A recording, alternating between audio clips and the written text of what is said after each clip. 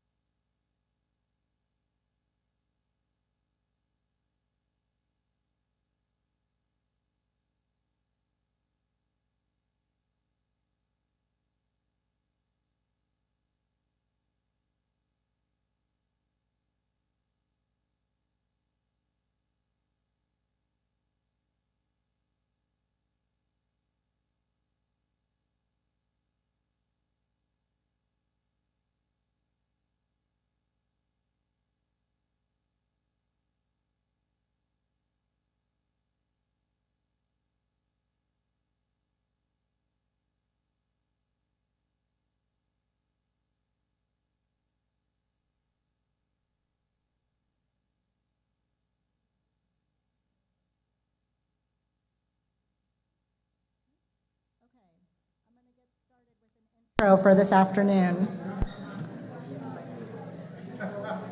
We mentioned this a little bit earlier, but this Art and Environmental Justice Symposium is also a celebration of the culmination of 2 years of really hard, amazing, beautiful work that we have been engaged with our partners across the country as part of the Art and Environmental Justice Capacity Building Initiative.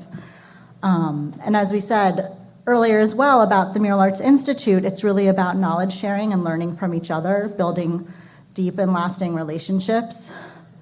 And I'm feeling very full right now, very full of all the care and all that we've shared together over the past 2 years with the amazing people that I'm really excited to introduce you all to today in this next session.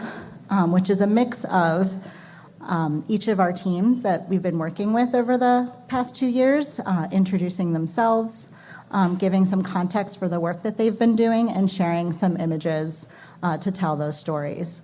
And then we'll open up to the room for some conversation, some Q&A. So that's the first part of this afternoon. The second part, I'm really honored to introduce Cesar Riveros and his colleagues TJ and Michelle from Iglesias Gardens that you've gotten a little intro to earlier today that you'll be learning more about this afternoon. And then we'll close out the day with back outdoors with some drinks and more time for everyone here to continue to build on the conversations that we're having in this room. So thank you all again so much for being here. Again, feel free to use the restrooms, to get up, walk around, whatever you need to do for your body to be comfortable here with us. And yeah, I think we'll get started. So the first group I'd like to introduce today is the group of amazing artists, activists, organizers from Ogapoge, Santa Fe, New Mexico. From the Three Sisters Collective, we have Dr. Christina M. Castro and Autumn Dawn Gomez, as well as Naya Baldo, and working together in collaboration with Alas de Agua Art Collective, Israel Haros, John Paul Granillo, and Jessica Ortiz. I'd love to invite you all up here up front for a moment and give you a second to introduce yourselves and give some context. And then I'm going to share some images of their work.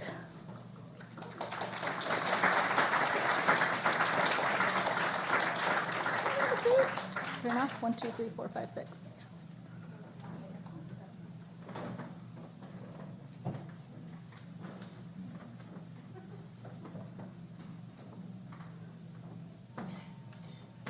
Oh, hello.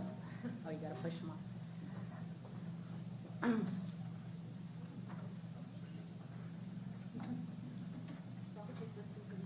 Hamaraweka nanhita Yubani, Hioho, Anchu Papu na Emma, Namani, Apache, Oklahoma, Scott, and the Taos Pueblo, Scott.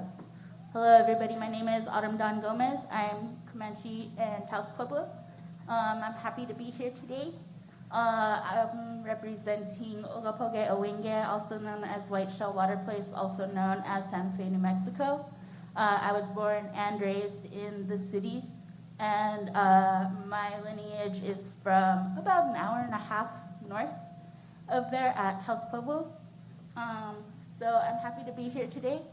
I do want to say, as an Indigenous person, that I am a little bit disappointed in hearing that our relatives on this side of the country are being ignored and treated as an afterthought, that their knowledge is being limited to land acknowledgement, and that there are rules of engagement being created just to talk to other humans like us. So to all our people who are not Indigenous, please do better. And also the concept that our water and our land is not a live, living being. I think that's something that, although it may seem abstract to you, it's very inherent and important in our beliefs and in the climate crisis that we face, that we begin to think about our land in that way.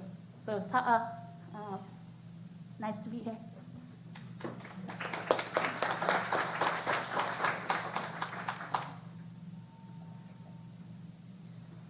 Goatsi hopa tu shinome tamaeta yapa guchinish hanu. Hello, my name is Naya. I'm from the Pueblo of Acoma, also from Ogapoge Owinge, Santa Fe, and I'm representing the youth of Three Sisters Collective. This summer we were lucky enough to be able to form a group of young Pueblo women and be able to start having important conversations around what it means to come into that role as young Pueblo women, what that means as our responsibilities to our communities, and how, more than anything, we can be there to support each other and create sisterhood with each other. And know that whatever we face, we always have our communities, we always have our land to hold us together. Thank you. I introduce you in my native language, Tiwa. I'm also Taos Pueblo, like a co-founder of Three Sisters Collective, Autumn Gomez. I also represent Walatoa, which is another tribal community in in New Mexico. I'm also Chicana with Los Angeles roots, and I'd like to say that there is no environmental justice movement without Indigenous centering. And so at any point of entry we talk about should be Indigenous centered. And at this point in our socio-cultural evolution, we need to elevate the voices of Indigenous and Black community. And so I think we need less European voices at the table, less time given to those voices, and more time given to elevate the most impacted communities who are daily living the experience of colonialism.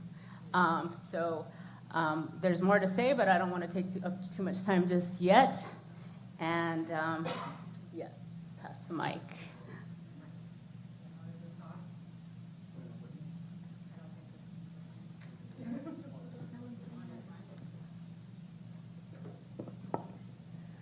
Hello, everyone. My name is Jessica Ortiz. I am from Santa Fe, New Mexico. I consider myself Indigenous Chicana. I am here because I believe representation is important, and I want to be a representative advocate for my community, and especially for our youth and youth of color. And I believe that being an artist, there is the importance of storytelling, and with that is a responsibility that comes with it. So I ask all of you, as I asked myself as an artist, do we have an ethical responsibility to respond to social issues? and environmental issues. And with that, that's part of why I became a part of ALAS.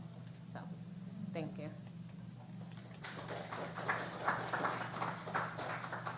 Hello, everybody. My name is John Paul Granillo. I'm a Chicano indigenous and creator, community leader, organizer, connector.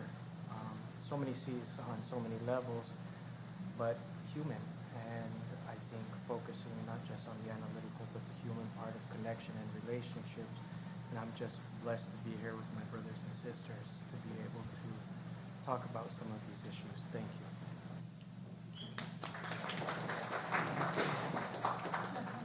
Hi, buenos días. Israel. We're going to go back to what my sister started with. And this is creative disruption. So I'm going to ask everybody to get up. Rearrange the chairs, hopefully better in a more circular fashion. We're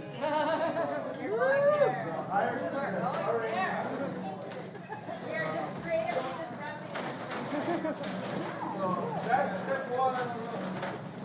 Move around. Move it up. Make an oval, make an A. Make an oval, make an A, make it where we're all on the same boat. Because we're all on the same boat. We're all on the same boat. There's only one boat. We're one big boat. So once you do that, but remember, include us in it, include us in the circle, because we're part of the circle too. All right? So let's get that circle. Yeah. Don't worry, we're not gonna burn the chairs or decolonize the space that much. We're just trying to remember a couple things. One, to always disrupt the system. Always comfort the discomforted. Always discomfort the comforted. That these seeds always have to be in our being, in our soul, as we're going and moving. And so, just to translate a little bit, because we're just going to keep yapping about our heart and soul and what we did. It's a short version you're going to see up there, but this is like just a little bit of what we want to say about it, is land back. Right. Like, let's not be talking land acknowledgement, let's land back. So, if you know somebody that knows somebody that knows somebody, because you probably do, get that land back to one first, the local indigenous people. We're not that many left. So it might feel like a big obstacle, but it's not. So step one, land back to the indigenous people of your region and be a part of that. Land back to the black folks that have worked this land back to any people of color that historically have had to work this land for free. So we're not playing that. So yeah, if you guys get back there. Yeah, that's how this beauty works.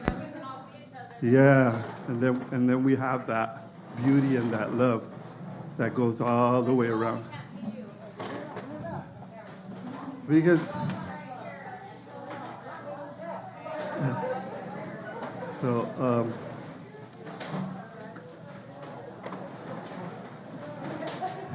so that was step one. Hi. Step two, like I said, please take it to your people. Land back, because yeah, because that part. But also because the U.S. in its movements is in debt to a lot of us. Forget about all the other debts, but it's really it's like its credit card is way maxed out. And that's why we feel this pain and this weight. But also why I wanted you guys to get up, and I want you to like massage this back here, because if you've been working in this movement, this area back here is really loaded up. So I want everybody to get up and give yourself some self-love, because this area back here is loaded up. And if you can't even reach it back there, then you got to sit with, damn, what I've been doing the last couple of weeks. that's making me all charged up back here, right? Because it's a nonprofit industrial complex, but it's a white nonprofit industrial complex. Add that word to it, because we never had that word to it. And it's 95% of everybody running the show. That's how much of a percentage is. And there's so few of us, brown folk, Asian folk, indigenous folk, at the head of it that get highlighted, that we're still with the veil of not understanding that it's 95% white. It's 95% white. Go do some research and you're going to find out.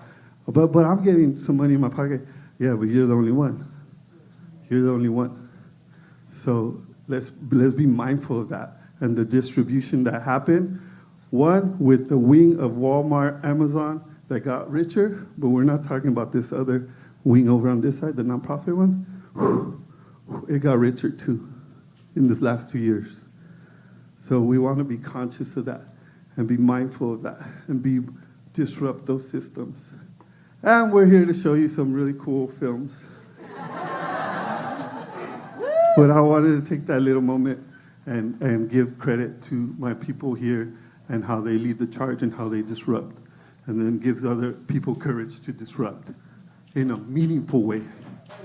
Not just burn things down. That's cool too. We got to do that sometimes. But sometimes we just got disrupted enough to pause and go, whoa, reset. Because the last 2 years, we're all in a collective trauma, collectively. And we're trying to engage like we haven't been through all that trauma. And we are. So figure out how you're going to pause, how you can go back and love you better and love your people better and love the people behind you that have less. Because we're getting a little comfortable. I'm included in that. I'm saying when I say we're getting a little comfortable in who's getting what. And we got to disrupt the whole thing, and that's what these projects are about, that you're going to see like a little seed, a little drop. Because you're not going to see what we really do in 3 minutes, in an hour here. We're about building relationships, not just to each other, but to the land and to the spirit of this water. She's the one in charge. The Mother Earth is in charge. We're not. Don't worry about her. That's a hard pill to swallow. Don't worry about Mother Earth. She's fine. You got to worry about us. She's going to take care of everything. The ones that we got to worry about is each other and our relationship to each other and our relationship to her and to all of the water, all of the land, all the people who have a lineage and heritage and right and knowledge to protect this land. So we're out of time. There's no more time. There's no more time. So forget about that concept about time and how long we're going to go right now. Take that home, interrupt it, pause it, and say, we're out of time. It was fun. Now it's time to get back to the earth and to what we need to do for her, for our own sake. Don't worry about her. Don't worry about how much plastic you're doing to her. Don't worry about her. Worry about our relationship to all of it. So yeah, there's something. I think we did a farm thing. We did some murals. Should I That hit mic play? back. Should I hit it?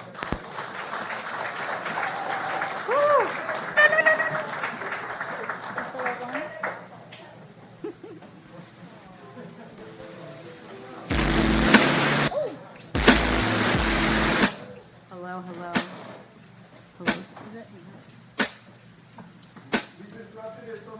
I know. Can you all hear?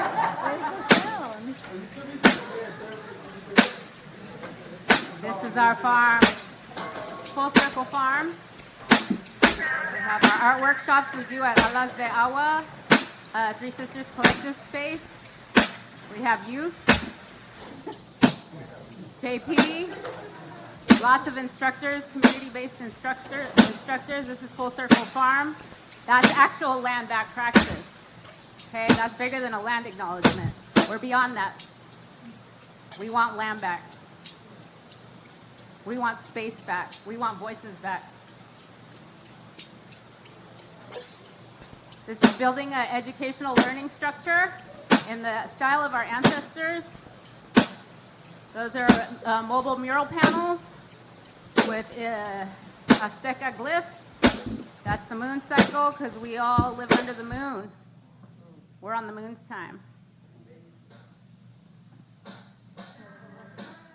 That's our farm manager, Naya, this summer. NYU student, thank you very much. What else?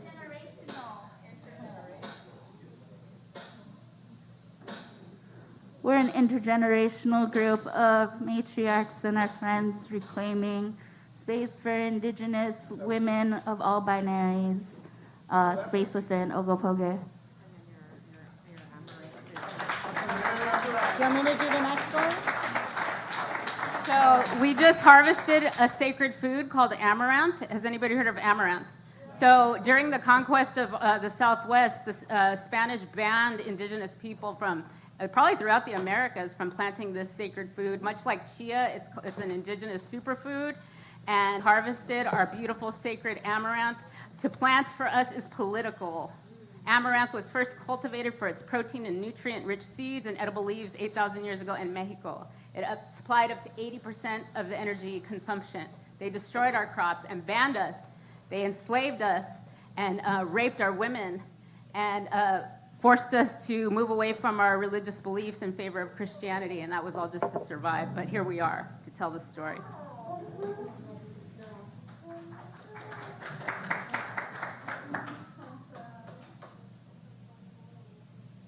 So we did this workshop. This was just last week. We harvested our amaranth. We brought in a young teacher from one of the local pueblos. There's 19 pueblos in the state of New Mexico, as well as the Dene and Apache communities. It's actually a grain, and the leaves are edible too, but they have to be harvested earlier in the season when they're still green before they turn that vibrant burgundy. And the leaves are edible. They can be stewed, typically, traditionally. And then the seeds are, you'll see the process coming up. And those can be popped. Those can be eaten as is. They can be popped like miniature popcorn and made into food bars, added to smoothies, soups, anything. Those are sunflower. These are traditional foods. Corn. This is all heirloom crops, too, from our tribal community.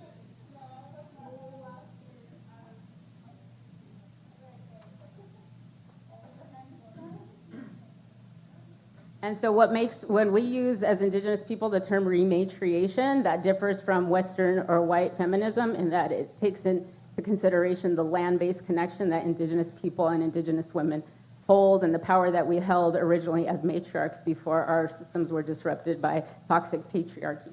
So we are reclaiming our space as Indigenous women. We are reclaiming our voices. Other sister, Denise, talked about MMIP.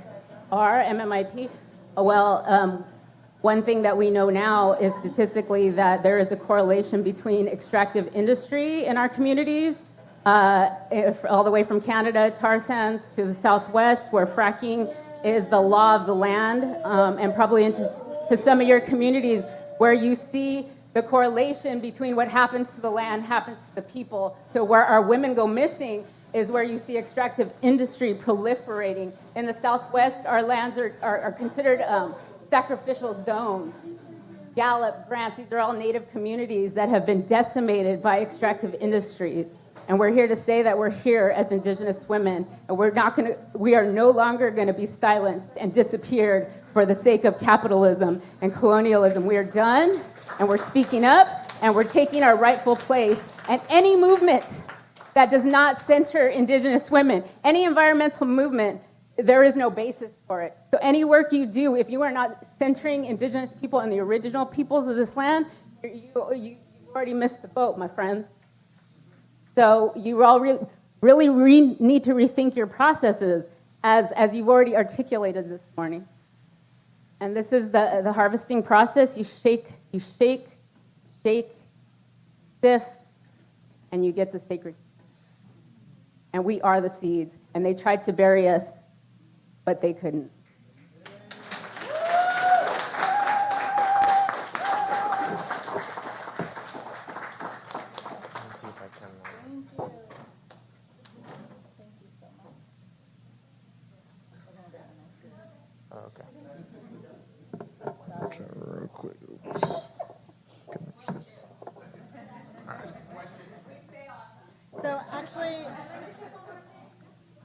this, because this system does not offer room for Indigenous excellence, okay? We're always in the deficit paradigm. That's why we reject the nonprofit industrial complex. For our own organizations, we haven't become nonprofits because we shouldn't have to chase money. We shouldn't have to pathologize ourselves for the dollar.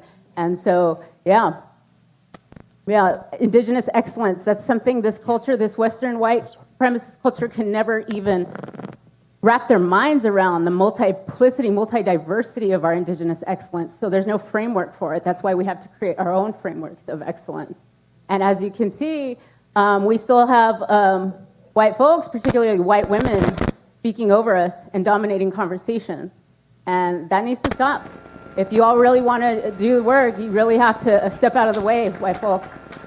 With all due respect, y'all got to step out of the way. We know what we're doing. We know how to speak. It may not be on your time schedule and the way you would articulate things, but trust us, we will get the point across.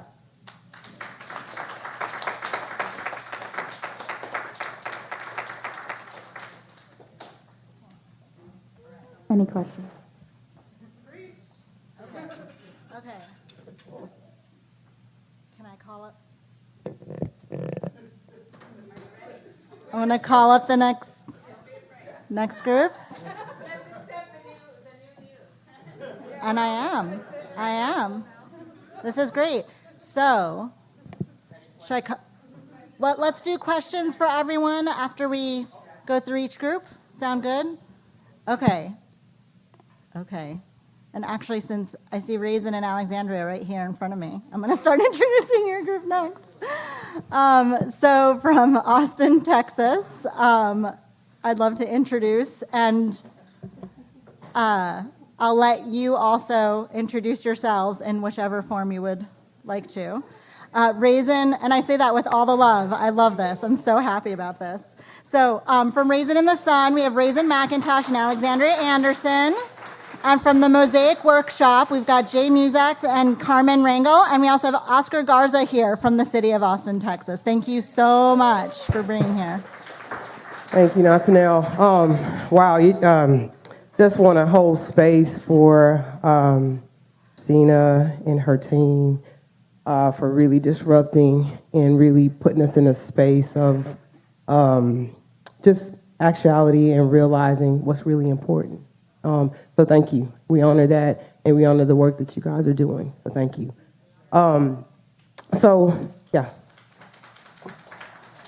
So we want to get going here. We have a video to show. I just wanted to say, hey, my name's Raisin McIntosh. I've met some of you, founder Raisin in the Sun. And so we are here with the ATX Mosaic Workshop, and my partner Alexandria, Jay, and Carmen here, and we brought 2 board members, Douglas and Cynthia. So we traveled from Austin to be here, and we are really, truly excited to kind of share our story. So I'm going to hand it over to Alexandra to just kind of talk a little bit about our film. I'm going to let them introduce themselves first. Afternoon, everyone. My name is Alexandria Anderson. My pronouns are she, her. Originally from Chicago. I heard we have a Chicago team here. I have been over operations for Raisin in the Sun officially for 3 years now, but I've been in the thick of things, Raisin's fiance, since she started the organization. I am also board chair and a community activist and leader in Austin, Texas, with a passion of giving voices and uplifting the voices of our BIPOC and queer community, and being able to share that space and to ignite it. And I'm passionate about environmental, I'm passionate about gentrification and what's happening in our communities. And so I'm excited to share the documentary as well, and to have interactions with you all and to have questions and answers. I'm gonna pass it to Jay. What's up, everybody? Jay Muzak, ATX Mosaic Workshop. I've been a muralist and increasingly public artist in the last 20 years or so. It's been a journey of learning and growing, and the workshop, which is the last 4 or 5 years of intentional space that Carmen and I are trying to hold, is using our resources that we do have, acknowledging as a white male the privilege that I come with into this situation, and trying to share resources, the skills that I've learned over my career, and opening that up so that people can learn, grow. Also, mosaic is a very centering craft. If you've never done it before, I highly recommend it. After a few 20 or 30 minutes, you get into this meditative state, and we see a lot of amazing conversations happening in this room with people that might not otherwise be sitting across the table from one another. So using art as a medium of breaking down those barriers that we're talking about and having the hard conversations in that space. And I also want to put out there, and those of you that are public artists in this room, to acknowledge your responsibility you have when people are seeing your work out on the streets, right? Whether you're doing graffiti or whether you're doing commissioned murals, you need to realize that that in itself is a privilege, and you need to honor the community that you're working within. You need to honor the Mother Earth. You need to honor all those systems that are going to be basically consuming that work that you're producing. And so do not take that lightly. It's a hard thing that we take on. I don't take it lightly, but we need to also take care of each other and work together because of that. It is difficult. So I don't want to take up much more time. Carmen, introduce yourself. Thank you. Hi, everyone. I'm Carmen Dunhill, the Austin team. I was born and raised in Austin, Texas. First off, I want to say thank you to the Santa Fe team for the creative disruption, for acknowledging the hierarchy that exists in a lot of the systems that we have to operate, unfortunately. And a lot of those things we don't talk about, but we know they exist, and to take the time to acknowledge them, and while we're literally experiencing them in this moment, was really, yeah. And God, it was so, like, yeah. So I'm a artist, muralist, now I'm a mosaic artist. I met Jay just through the art community in Austin. Been painting forever, like 15 years, been an artist my whole life. I was born one, I know it. And then met Jay, and he was doing murals, painted murals, started doing mosaic, and I kind of fell in love with the process. It was a little bit more hands-on than painting, and it just kind of inspired me in a way that painting hasn't. And we wanted to be able to provide workshops where you can create mosaics, and it's affordable, it's accessible, anyone can do it. And we're using a lot of repurposed materials, so it's been really fun to or old materials, like we get a lot of it donated and dropped off, and or scraps from ceramic artists. So it's a collaboration with all these materials that already exist, and taking it out from like the landfill, or letting it go, into the waste, and creating beautiful art with it.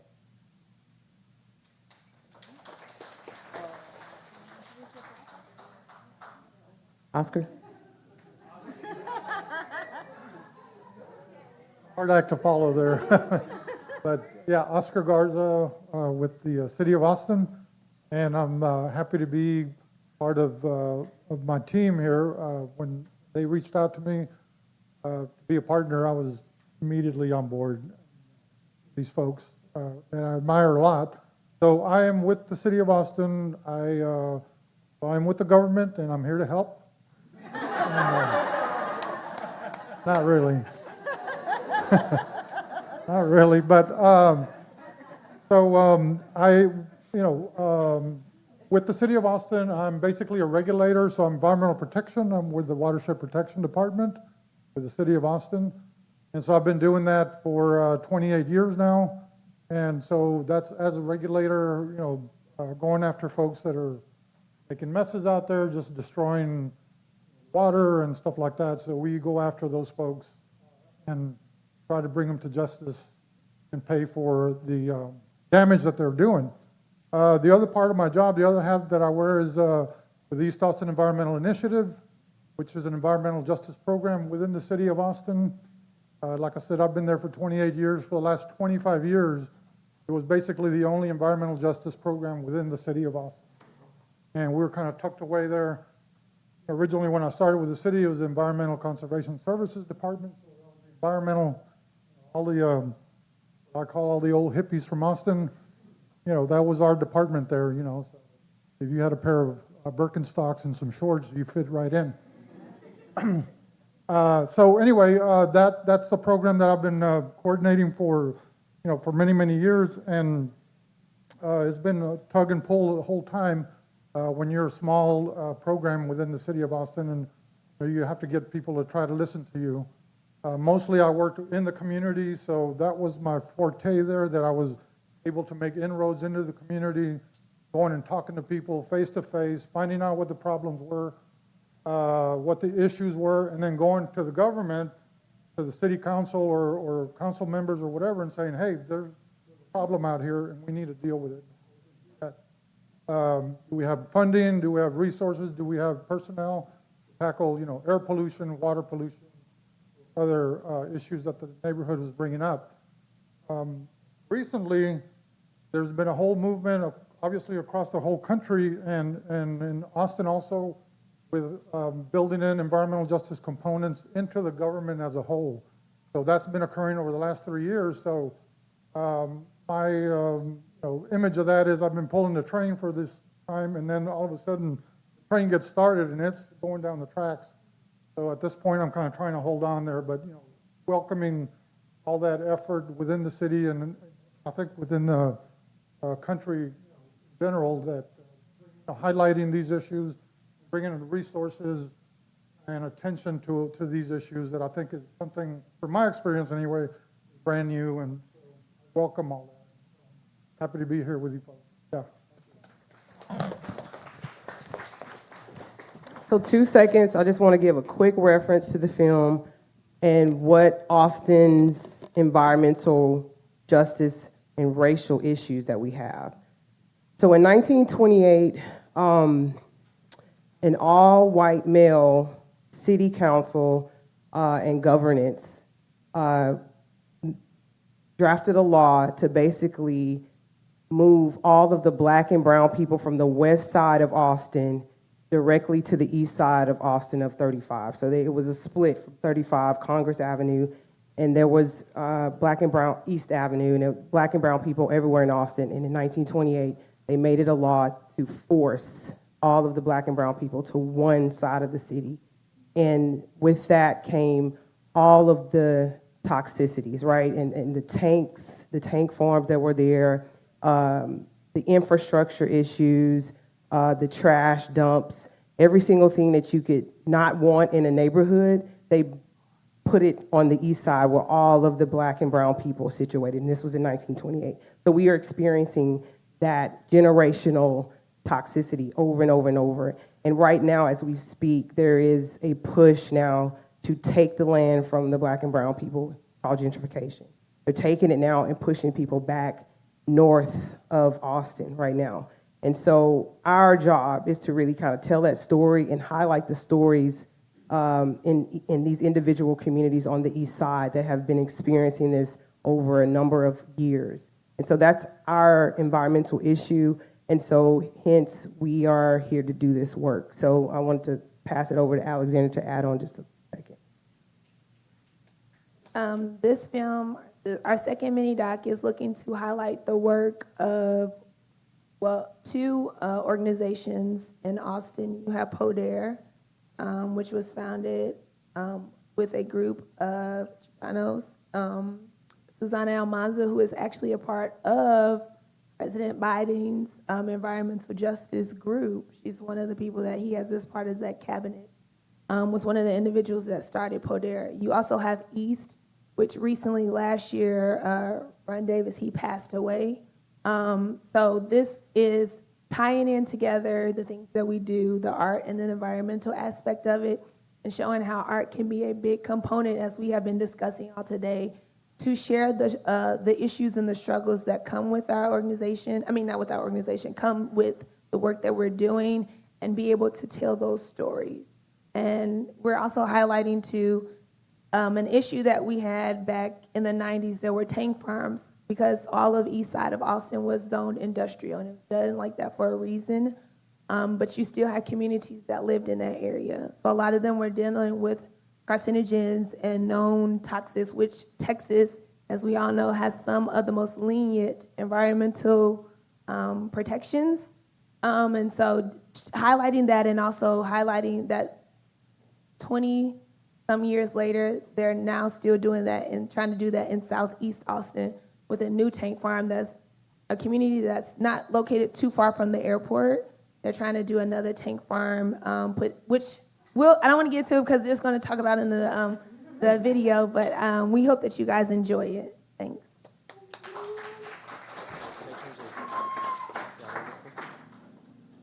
What you see right here?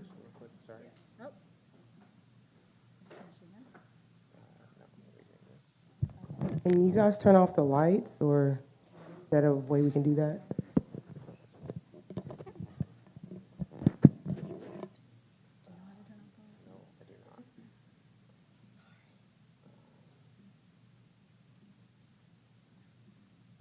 It's what gave us the desire, the ambition, what inspired us to save this place, because it's just like no other place in Austin, especially in East Austin.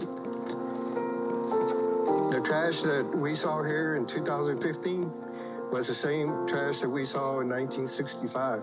We all came together to start a campaign to preserve Red Bluff. Finally, in 2019, we were able to get the city to approve this property as parkland. My family has been here for a very long time. I am a fifth generation Austinite. I am an artist and I've been doing creative work for about 10 years. Public art is a great way to promote environmental awareness. A lot of people who come by and see this mural probably don't even have any idea what Red Bluff is. My real hope is that when people pass by, they get inspired, not only by the artwork, but like inspired, to learn about their community and its history, and learn about, the beautiful places like Red Bluff that we have like right in our backyard that people don't even know about. The mural that Ruben painted of us, we were inspired even more by what he did. We felt proud that he recognized us saving Red Bluff, and the three brothers who activated this campaign from the very beginning. It's going to help promote this area, so hopefully these people, they start showing up so we can take advantage of everything that the city has to offer. What people fail to realize is that it's really people of color who have taken the step about protecting the environment. And we need to make sure that you know the history that's never forgotten. Elders have a lot of collective memory. Elders and youth always need to be working together. If we don't come together, we will face the threat of always losing our rights. In 1991, we began to look at the whole issue of the tank farm, which was 6 oil corporations that were in East Austin. That community was really ill. They were being exposed to benzene, a known carcinogen. Kids were playing in that water, not knowing that it was contaminated. So they were kind of like the canaries in the minefields, not knowing that fumes were just going out into the community. The family was dispersed throughout all of East Austin. It didn't matter what we were fighting, there was a family member near it. Our neighborhood was supposed to be a good gardening area. And a lot of folks back then did their own gardening. They didn't have the means of going to every store every day, not knowing that they're growing it in contaminated soil. On one side of the airport, you had BFI Recycling. It was their recycling facility for Austin, but in the middle of a neighborhood. Above the wall where the murals are painted, they had chicken wire to catch the newspaper, but it didn't know it was catching it. The newspaper would come into our grandma's yard, our yard. To us, it was just a trash dump. So our part was walking around and pick up all the trash and go over the fence. We didn't realize we were the recipients of environmental injustice. We lived there, so we just thought, that's where we live. That's part of who we are. And it took people like my Uncle Johnny, Susana Almanza, other people that were involved to really say, okay, enough is enough. His name was San Juan Limon, but he went by Johnny, and to most everyone in the neighborhood, simply Uncle Johnny. He was about his community and his family. He loved helping out those that could not help themselves. If this was going on and he's meeting with Poder or meeting with neighborhood, representatives, and Johnny could go, let me call my 11 branches of my family that will then tell everybody else, like us, tell us young kids, and see how we could help. So it was like he could mobilize an army overnight. We went to the city council. We joined forces with East, led by Ron Davis. The city always had African Americans pitted against Latinos, and Latinos pitted against blacks. So no, we can't let that continue to happen. Is that we've got to join forces and work together. The city council had zoned our communities industrial. It was the one who had perpetuated industrialization coming to East Austin. After the tank farms closed, after all the organizing, the city of Austin also filed suit against them. So they actually benefited, but were not really good and supporting the community about the issue that was at hand.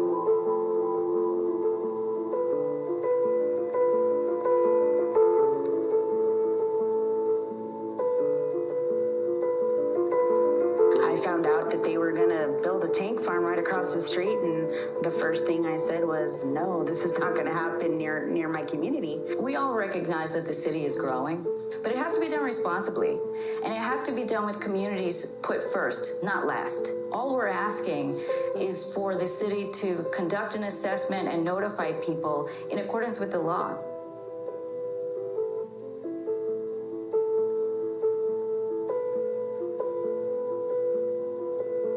We do have the power of our voices and our collective action, and that's what we are focusing on and moving forward with. It's wild that, in 2022, we're seeing this repeat of environmental racism. And as part of my role, I run kind of like the communication side of it. I've been, running our social media, our newsletter, and also our organizing through Action Network, mobilizing folks to, show up at City Council, to sign our petition, to donate, and to help our lawsuit. Art is crucial to any movement building because storytelling is how we communicate. Whether that's through movies, documentaries, poetry, visual art, that's how we communicate to each other as humans. And so that's the best place for us to be able to educate people on environmental justice, on our history, and to inspire people to join the movement.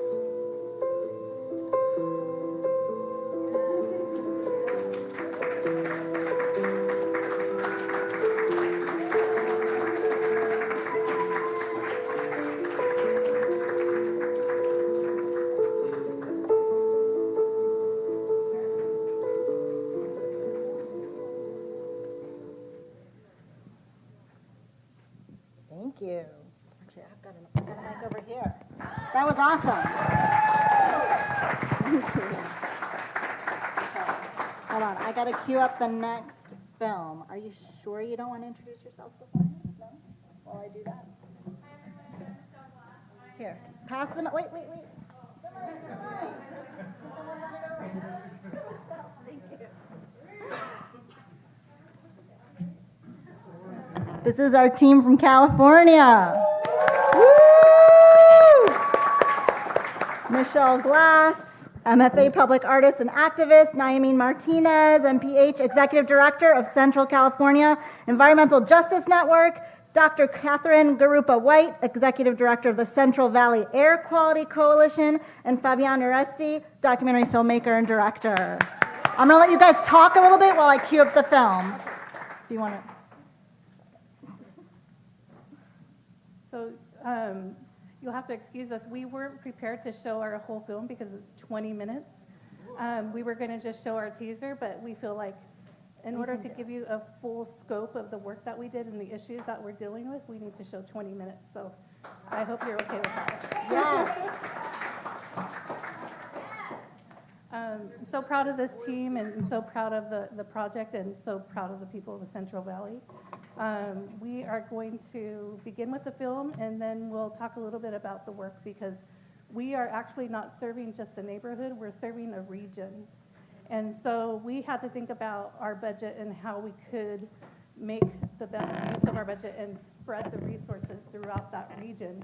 And in thinking about how we could serve the community and continue to serve the community at the end of this project, we have multi-layers of the project, and we also are going to create a website with a toolkit which will have an ecotour map, which is really a map that identifies those toxic areas that people should be aware of to stay safe. And we'll have some informational graphics which are fun and easy and accessible. We'll have some lesson plans and also some information about our partners' work so that if people want to learn more and learn how they can advocate and be a part of the movement, they know where to go. And it'll be in English and Spanish. So I'll stop there and we'll show the film and then we'll talk a little more. there's another oil field called the Front Oil Field that is also part, it's a subsidiary of Chevron. And most of these big corporate, big boys have really small mom and pop operations, and that's how they're able to skirt the legislation and some of the laws regarding their pumping and their practices. So they hire smaller, like I just saw an oil field back there that was owned by someone else. Well, I'm sure it leases to Chevron, so that Chevron that's not under their review. Exactly, and we're going to the Kawilo Water District. It's called a polishing pond, and that's where the pipe from Chevron comes to dump its waste, and their trucks also bring it. So you've got two different ways that it's coming in. What they do with that water is allegedly clean it, they process it, and they clean it by running it through almond and walnut shells. Whoa. Yeah, that gets it clean. That's pretty wild that even There is more money to be made using the shells than the actual nuts. Wow. So here we have this other backside, and you can see that the pump jacks are a little bit different. Yeah. Those are from the 60s.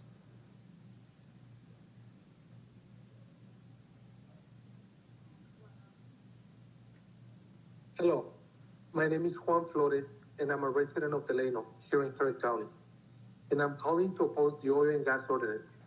For decades, in Kern County, low-income communities and communities of color have suffered from the disproportionate impact of environmental injustices. High numbers of cancer, diabetes, asthma, and other chronic diseases that are exacerbated by poor choices that our county officials make. With only one environmental impact report, they are trying to excuse more than 40,000 new oil wells. That is double the number of our wells that we currently have. Current oil wells that took over a period of 100 years. Now, as Ms. Obier mentioned, we're going to double the number in just 15 years. That's simply crazy.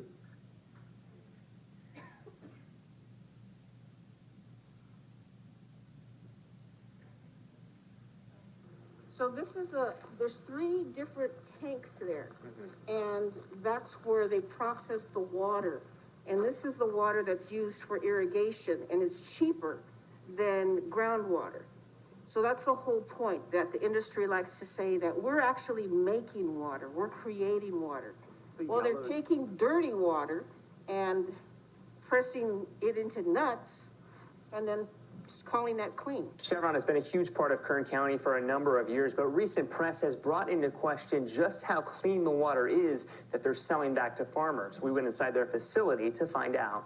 This mixture of oil and water that's pumped from underground is what oil looks like before the water is separated to create this molasses-like substance. At Chevron's Kern River field, the 5th largest oil field in the country, thousands of barrels of oil are pumped each day. But these days, it's the water that grabs the attention. More than 750,000 gallons pumped each day. Chevron jokes they deal more in water than they do in oil. We got a tour through Chevron's maze of steel, rigs, and tanks to see their process.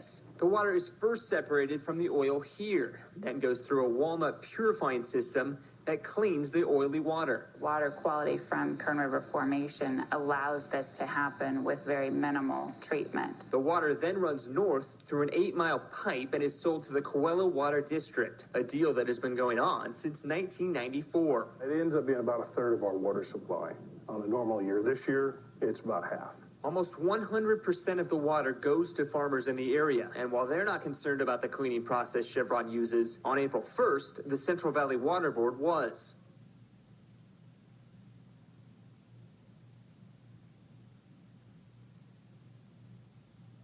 So this pump jack that's right here, right in front of us there, that one was also leaking.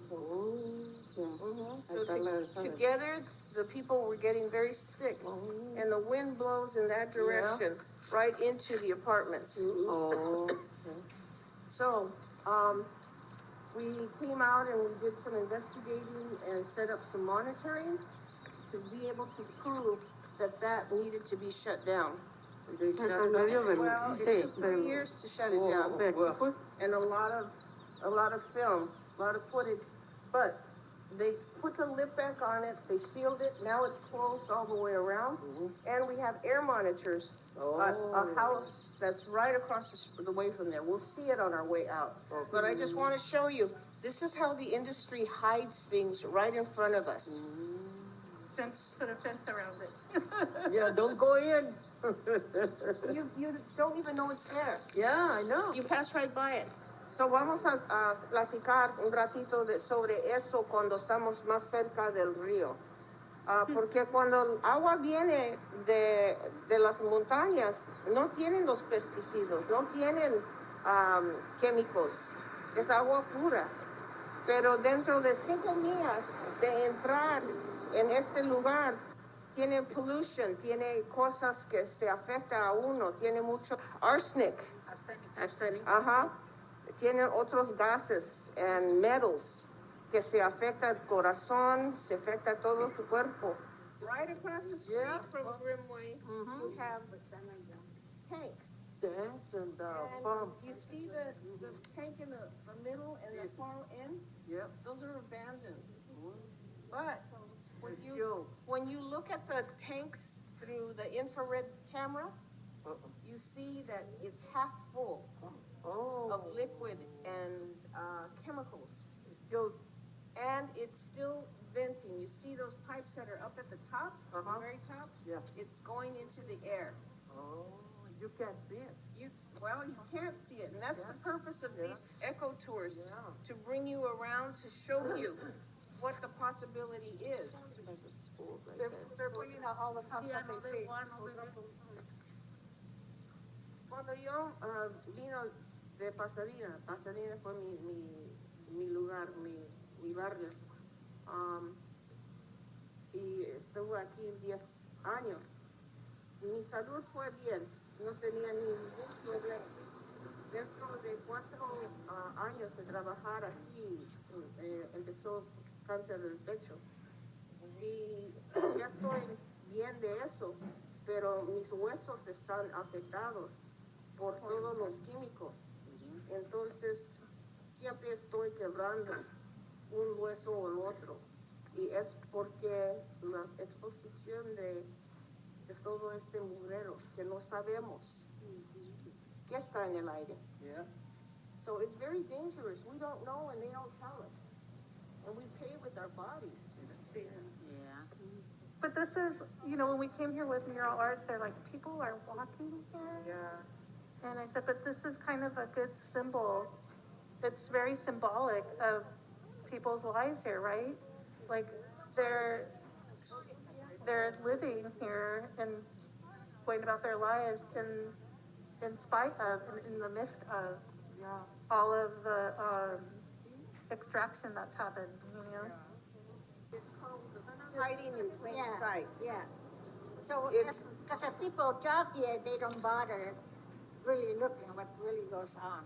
And this is where our work comes in. We want people to stop and to pay attention and to take a look around where they live, where they play, where they go out to eat, and look at all the dangers.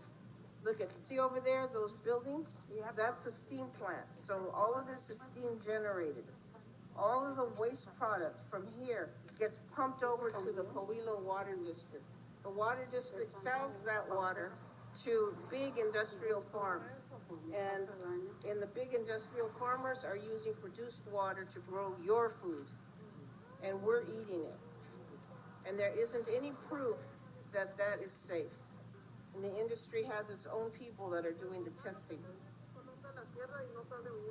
So what we know about the kind of water that we are using to feed our cattle and what happens to them, and we say we're going to cut back on eating animals, so we start eating more vegetables. And if when contaminate the water with the vegetables. We come out from one bad thing to another bad thing. But we have to be aware of it, and we need to be able to say, look, I don't want my food being grown with produced water. There's no reason for it.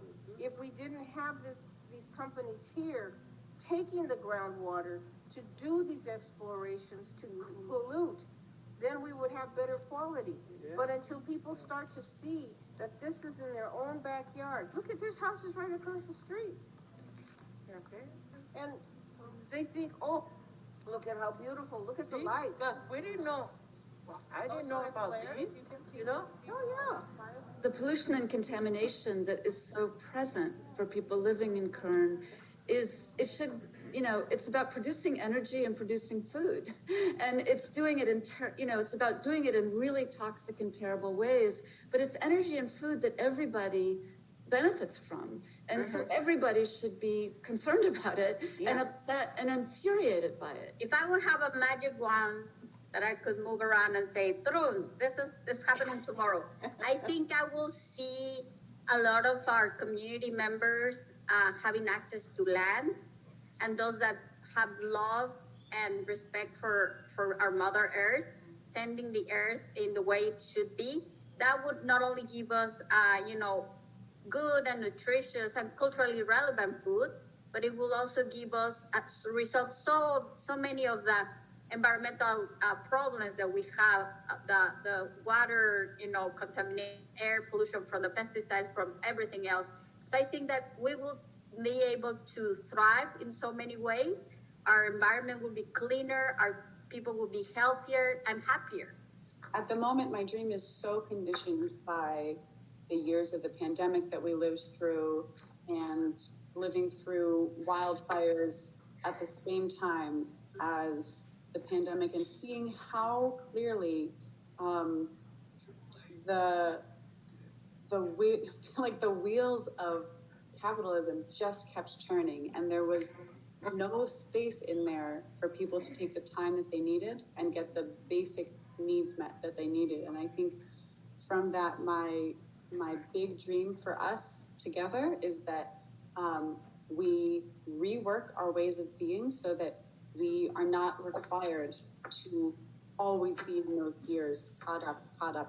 And maybe that seems small, but I think to get there, what's required is to actually restructure our economy. And by economy, I mean actually the ways that we get the resources, the food, the shelter that we need. I think like a fundamental restructuring of how we make that happen is something I dream a lot about. And how do we do that together so that we're not reliant on the state or on these large corporations to do that for us? But we can actually do it together in kind of community networks.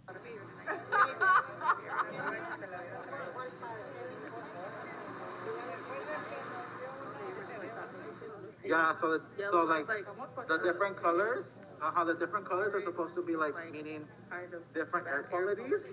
Yeah. What's the first color? Green. How many were passing out of each? You got it red? Yeah. So purple, what is this? Purple, they're giving This it is to purple? Yeah, purple for the mujeres adelante. So we can start out of green again? Okay, so that's like we get one color and the next person gets the other. They're actually already in their colors: green, yellow, orange, red, purple. So green first. Yeah, sí, una línea, una fila aquí, por favor, con su pares or a line here. That way we can make it the passing out process a lot easier. Sí, si se pueden empezar aquí. Muchas gracias.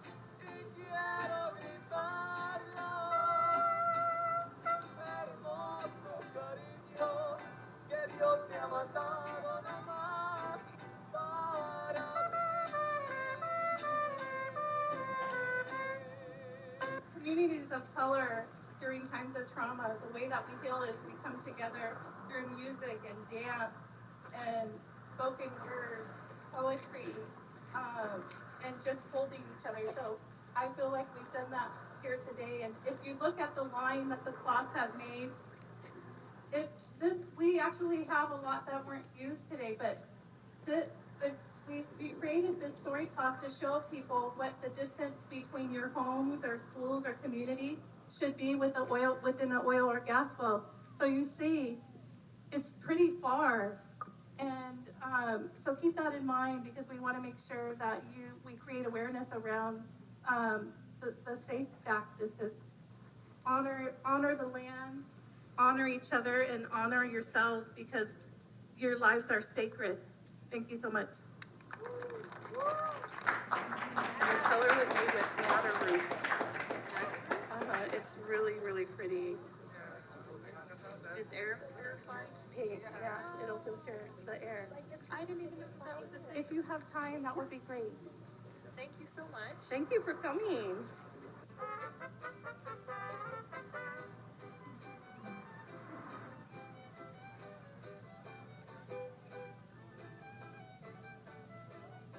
So in terms of the longer term vision for solutions in the San Joaquin Valley, again, I feel like this is really at the heart of the work that CVAC is doing right now in trying to craft a holistic vision for the types of investments and community development that we know that our region needs.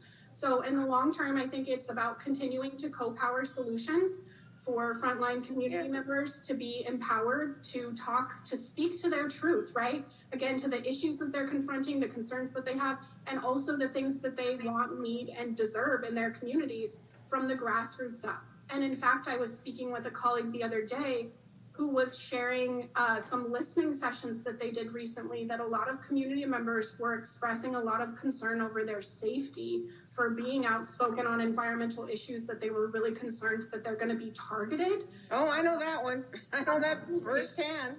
Yeah, so for me, it's always kind of coupling the transformative vision that we want to get to while also being really realistic about the fact that we're working on issues that are very politically charged and the power dynamics are very much against us. So how do we mindfully build the capacity over time so that we're not putting people at risk, we're not making the situation worse, but we're actually improving. And for me, starting at the grassroots means that you're tapping into those existing, like really powerful networks that already exist at the community level and figuring out how to build up, protect, and sustain those into a collective regional movement so that the vast resources of big ag, big oil, and the developers really can't be any match for our people power. And again, I think we are on that path, and I think that's the path that we're going to need to continue to go down if we're going to be able to save the people and the built environment of the San Joaquin Valley. But I just, rather than give my own opinion about this measure, I just wanted to start with a statement. I know we've been invoking the people of Ecuador. I received the packet, the information packet from my colleague from Bakersfield, the printouts of indigenous people by oil spills and the oil industry, the California oil industry's sudden affection and concern for the Amazon. So I reached out to the first female chief of the Waorani people of Pastaza in the Amazonian region of Ecuador. Nemonte Nenquimo is recognized by the UN, by the Goldman Prize, and basically put her life on the line, leading the indigenous people of the Amazon against Chevron in Ecuador. So I sent my colleague from Bakersfield's fact sheets over to her and asked for her view. If you're going to be speaking on someone else's behalf, it's usually better to hear it from the person themselves. Chief Nenquimo responded, "I am appalled but not surprised to see that the oil industry is wielding its half-century toxic legacy in the rainforests of the Ecuadorian Amazon, my people's home, in order to block legislation in California that will ensure that frontline families and communities in California are protected from the environmental and human health impacts of oil drilling. The message that the oil industry is sending is simple. If you protect Black and brown families in California from our toxic practices, then we will just go and pollute the indigenous peoples of the Amazon. As an Indigenous woman and leader from the front lines of the Amazon rainforest, my message back to the oil industry is simple. Your time is coming to an end. We will not let you pillage our lands and poison our people for profit, and we will not let you get away with your lies any longer. The stakes are too high. The climate crisis is real, and our Mother Earth matters. I've also received messages from Porter Ranch, who our colleagues like to speak on my community's behalf, but I thought you might also want to hear from them. The bill that I wrote for Senator Pavley when I was here, his staff, requires the gas industry in California to far exceed the standards set forth in this measure.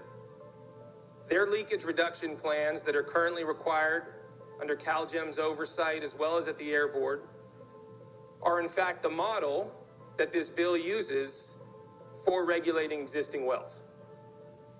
So the gas industry's regulations, which have been imposed since that leak, are now finally going to apply to oil. Finally going to apply to oil.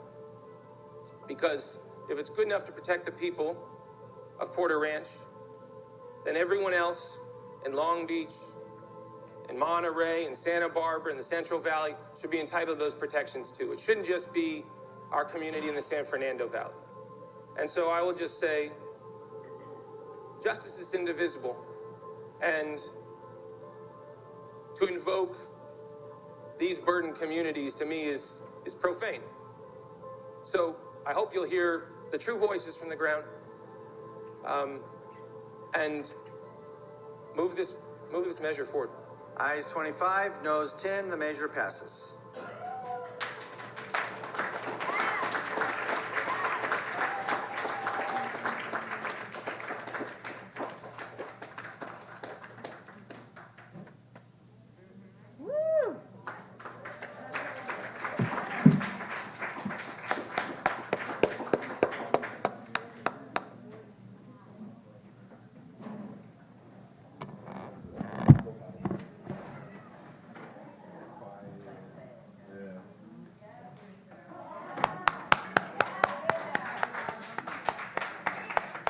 So thank you for, bearing with these 20 minutes. It was too much to put, and, 20 minutes were not enough, and I'm just very still, emotional because it's been just a few weeks that bill have passed, and it's still I cannot believe it. We fought so much for it, so we did want to end in a positive mark, right? Because when you see the beginning, it's depressing. It's like, pack your bags and move. But where?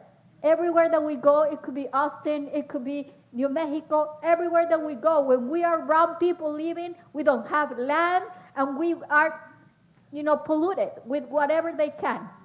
And, so it's not about moving to a different region, but making our respective regions that we own them and that we care for them. And I think that's why we chose that, we could choose a lot of things, but we chose the setback wind, because it really tell us that when we come together, we can go against and defeat powerful industries like Chevron and all those oil companies that are really trying to control our politicians. And they are doing it well at the local level. Locally, we have allies at the state level, and, so thank you for watching.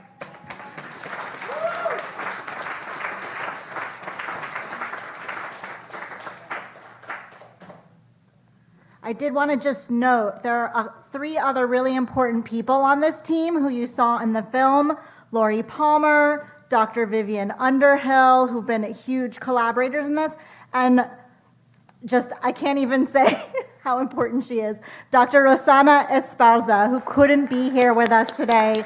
Rosana, if you're watching the live stream, I love you, sending you so much love and warmth, and we're celebrating you here with us also. So thank you. Michelle, and would you like to talk some more, or should we just open up for general conversation now across all 3 teams?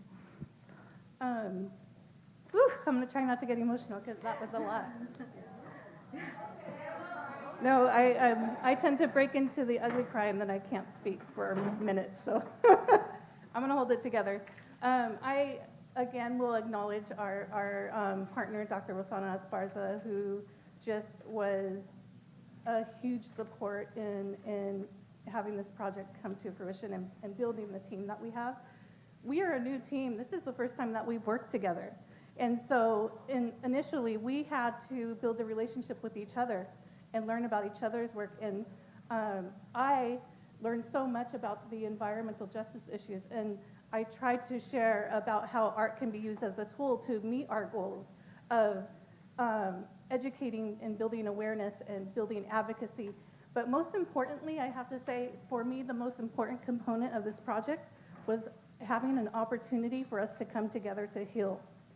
And I think that we need to address the fact that this project happened during a pandemic, but that these communities were living through a pandemic or conditions of a pandemic way before COVID-19.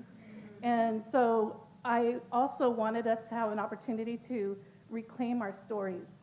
Oftentimes, or most times, BIPOC community stories are lost or they go untold.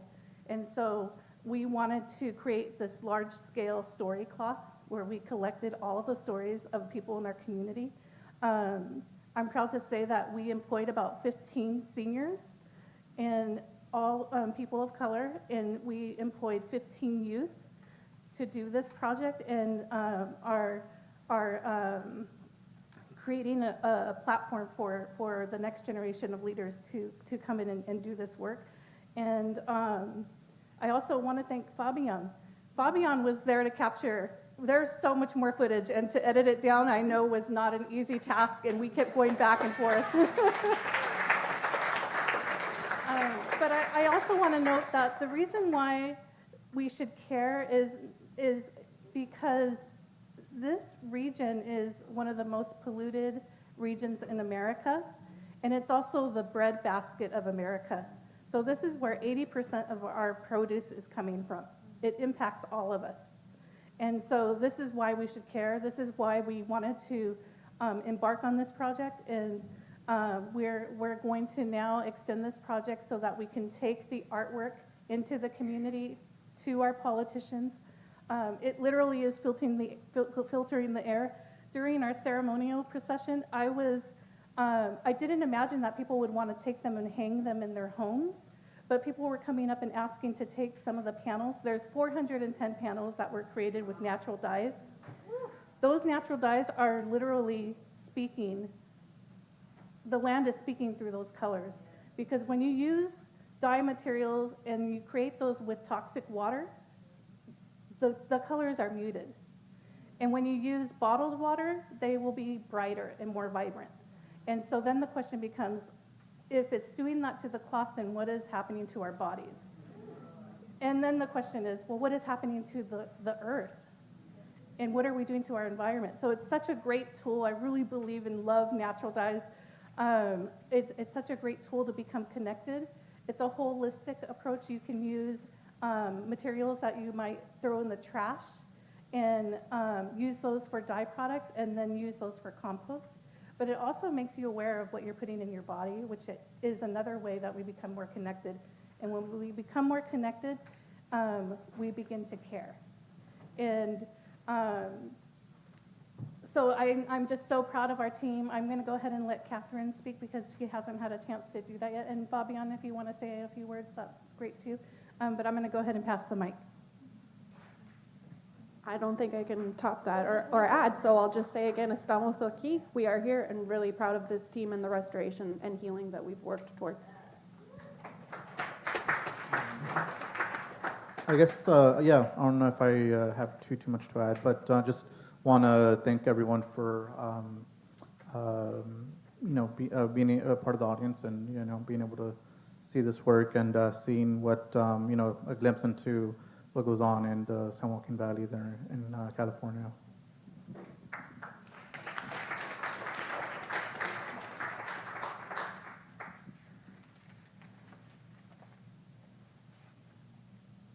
Thank you so much. I don't want to take up more space. I really want to open up the conversation to the room now. folks who have questions, things they want to add, conversations they want to start up with folks. Please, let's just pass the mic around and share the space.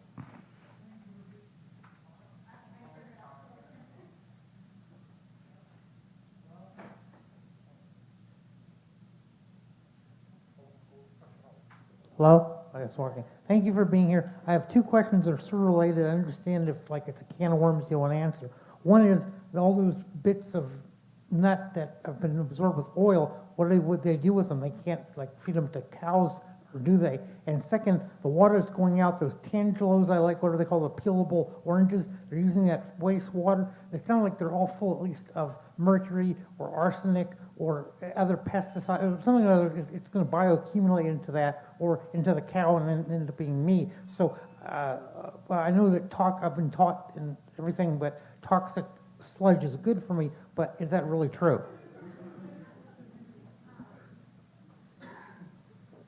Well, if you want to know what not to eat, because we have for sure data that shows that a big consumer of that produced water that is quote unquote clean is the wonderful company. So if you have seen those little mandarins that are called halos and used to be cuties, so don't eat those because those are irrigated with this produced water. The industry and even our state claims that it's perfectly safe, but if I was you, I stopped eating those things after I knew.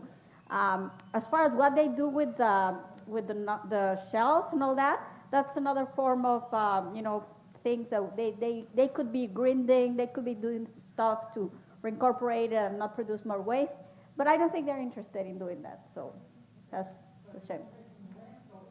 Yep.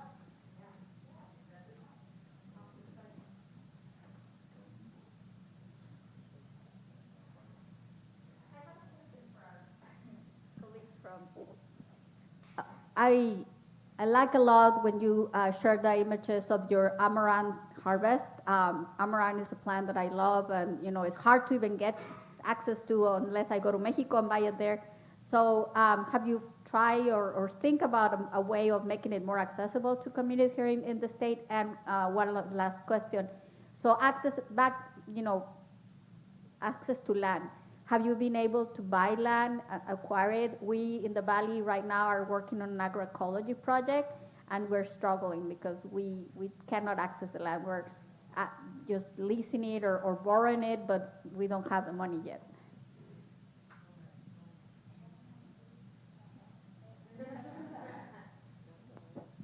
I can answer the question about the amaranth. And when I saw that y'all were doing natural dyes, I realized that I need to send you some seeds. So you can plant them either in your homes or in your gardens or however. I know the water's not that great, but you can still plant that and have that for your dyes or even hopefully for your foods.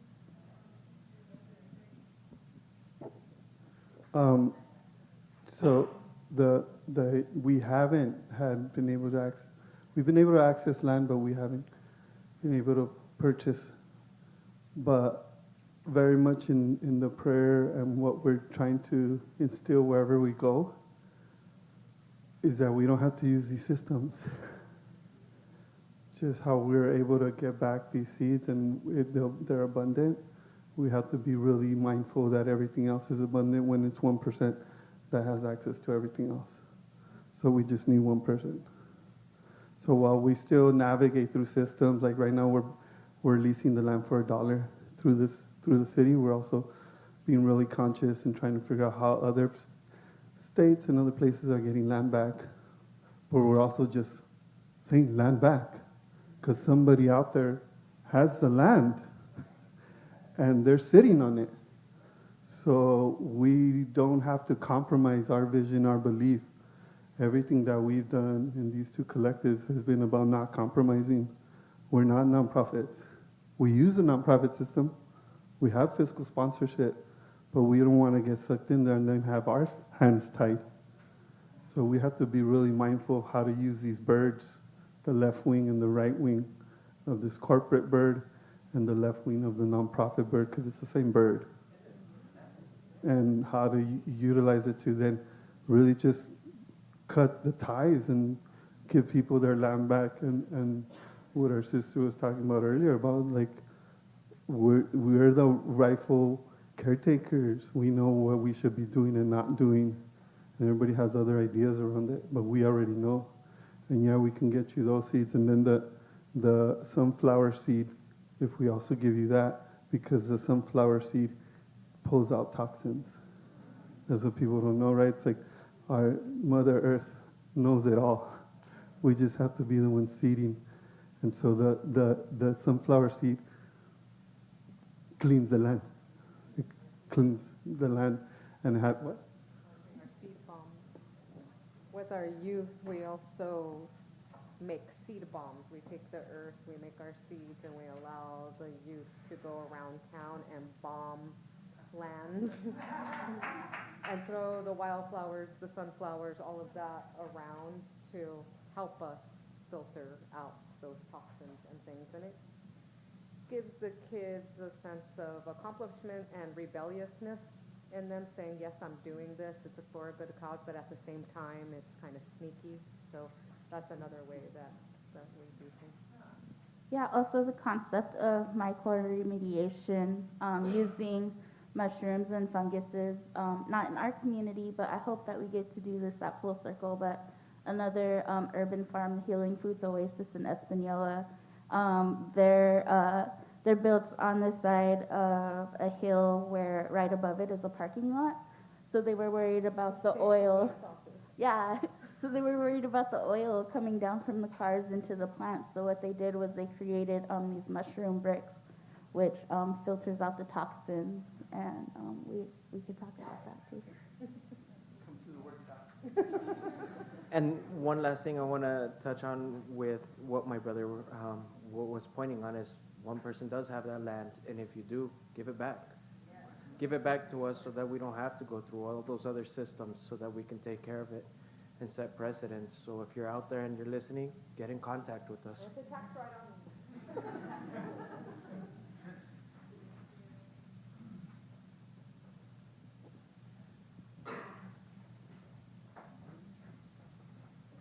Hi, good afternoon. My name is George, and I'm the artist in the Mural program.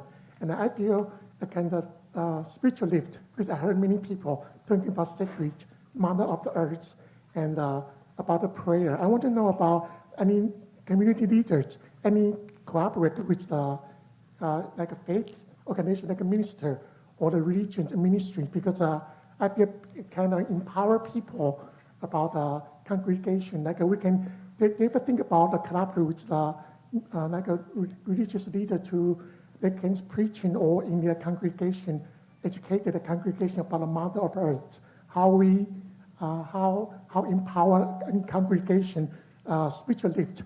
As we know in American history, all the change when from like a civil right, like Martin Luther King as a minister, he always gave very powerful speech. People feel very empowered, and they can bring some change. I want to know any community leader ever collaborate with any all different kind of faith, like a bishop, a minister, or different kind of denominations. Any a quick example? I want to know.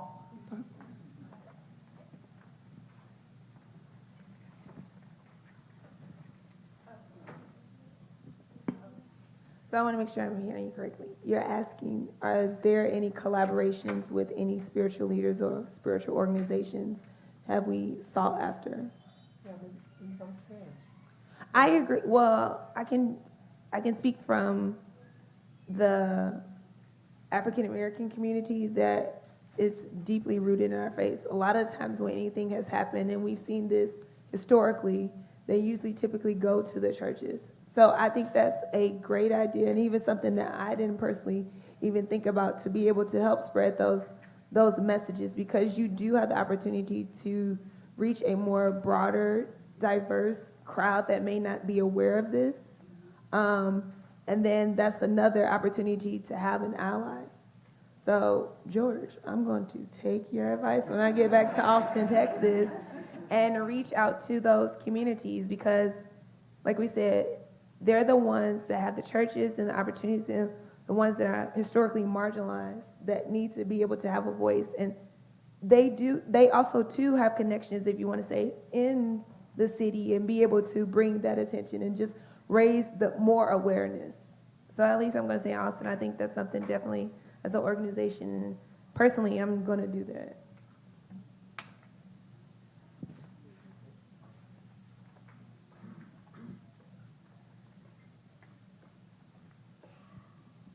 Hi, everybody. My name is Dorian, and I'm from Chicago.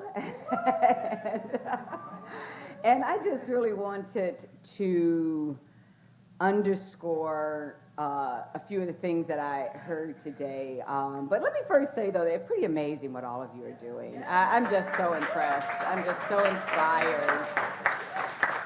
You know, and this also, this conversation, it needs to happen in the context of the diversity. I love the saying land back. I've been so frustrated with these land acknowledgements these last few years, you just don't know. And so to hear you to just put it like that, land back. I mean, you know, as a black woman, we've been saying this for a long time. And it's really just that simple. So I appreciate that you made it uncomplicated and just got to the core of the issue. But then the other thing I wanted to say about this last film that we saw too is that we have to remember that community gardens are radical acts, and we got to do more of it. Corporate farming has been to our demise. It is no surprise that we've got the diseases and the diabetes and all these kind of ailments happening in young people because of the way we eat, because of the way corporate America has forced their products onto us, including the seeds, you know, the Monsantos of the world who are, you know, making it illegal to, you know, even have heirloom seeds or to even plant them. So I just want to encourage people to continue being radical artists. I love it.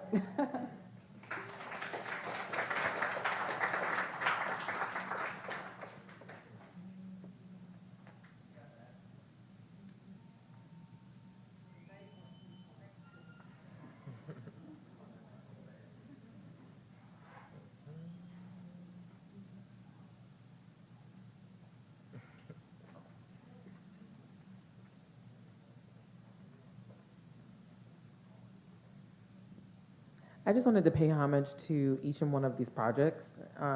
If we could just give a round of applause or snaps or, you know, the ancestors are happy. They are happy, right? And they're in the building.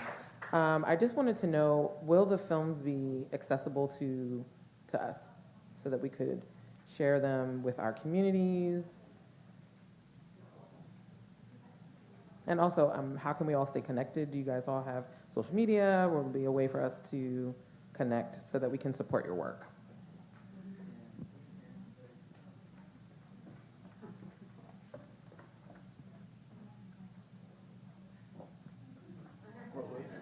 Honestly, I don't know.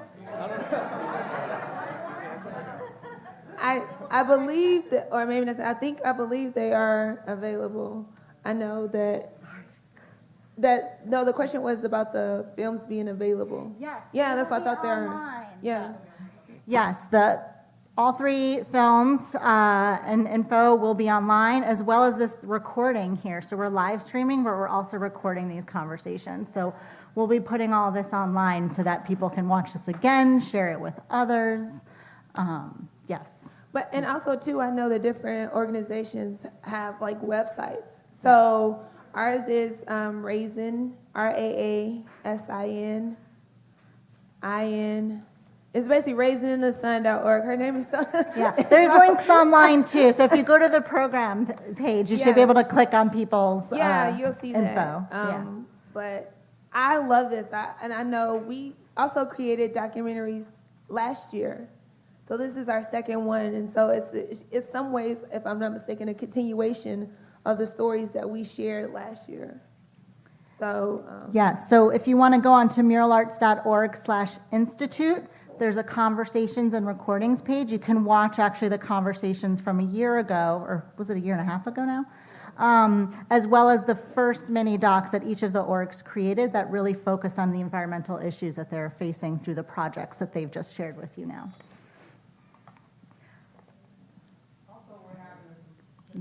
Oh, yeah, there's more. Yes.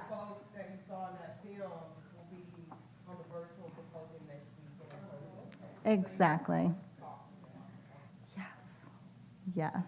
I have a slide for that at the end to share as a reminder that the symposium does continue through this weekend and next week with conversations and other events hosted by our 3 partner groups here with us today from in their 3 cities. So let's give everyone a huge round of applause again, and then I'm gonna bring us back to Philly.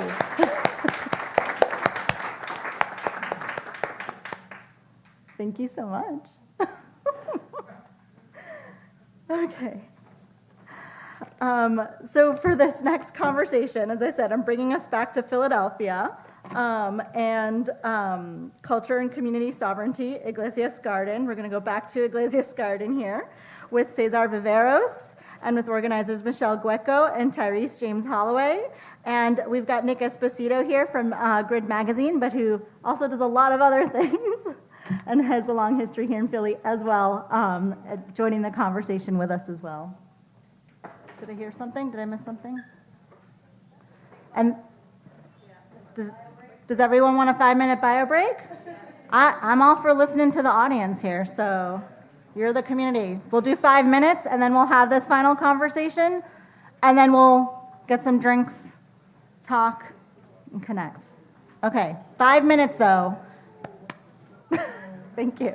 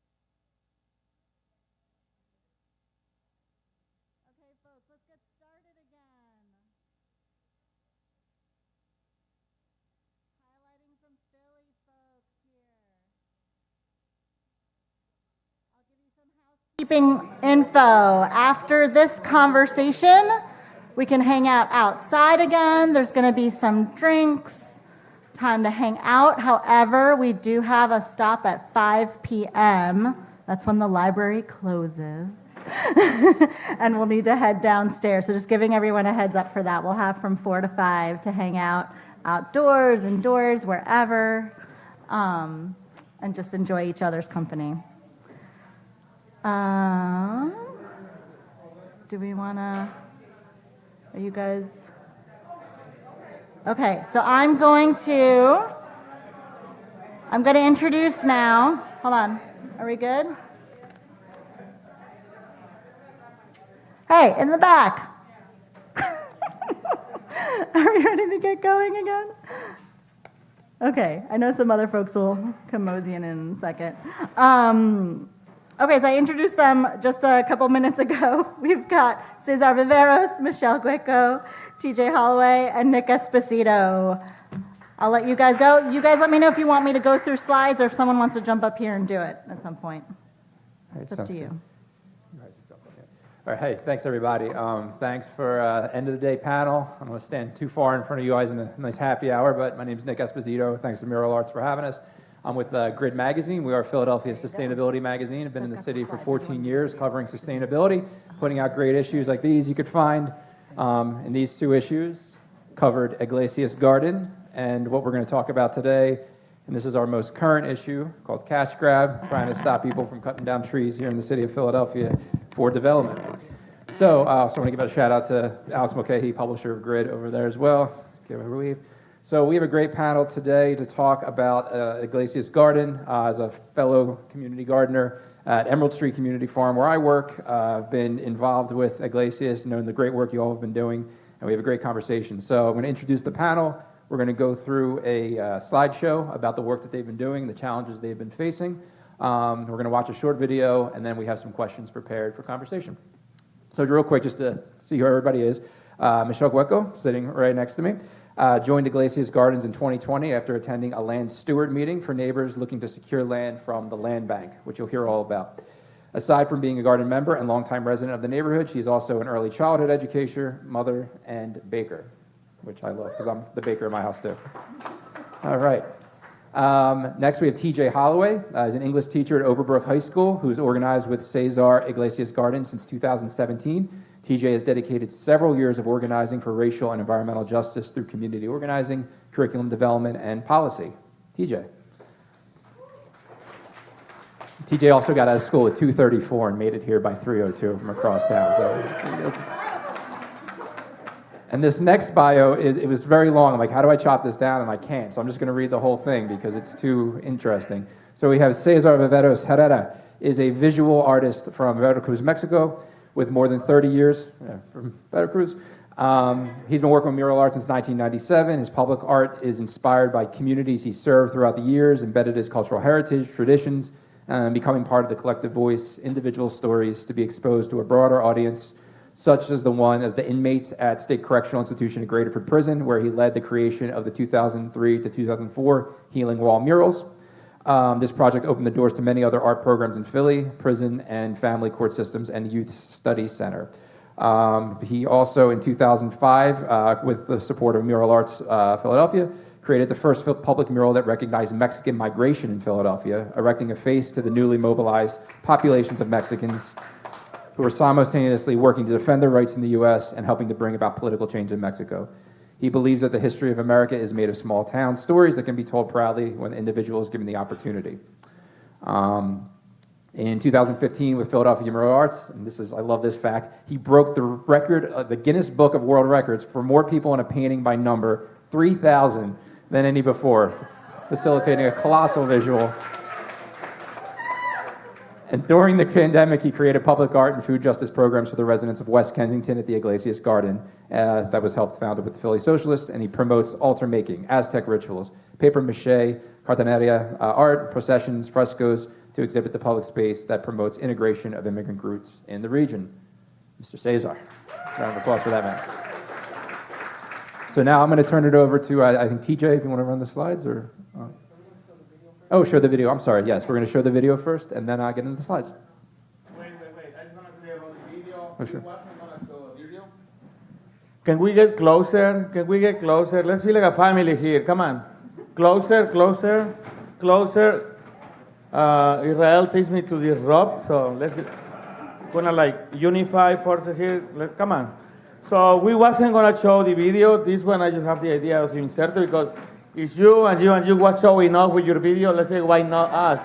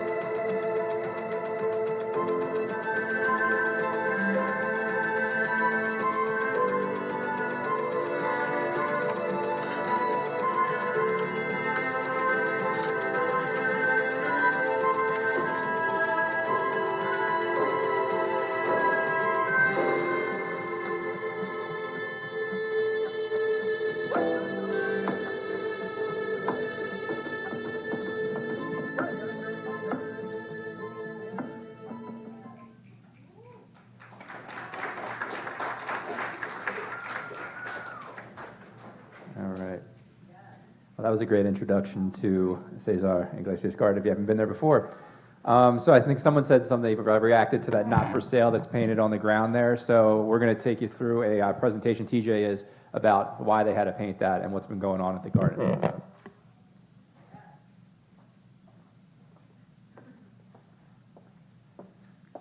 So, test. We're good? All right, awesome. So I just want to show this quick little presentation in regards to what is the Cesar Iglesias Community Garden, what work have we have done over the past couple of years.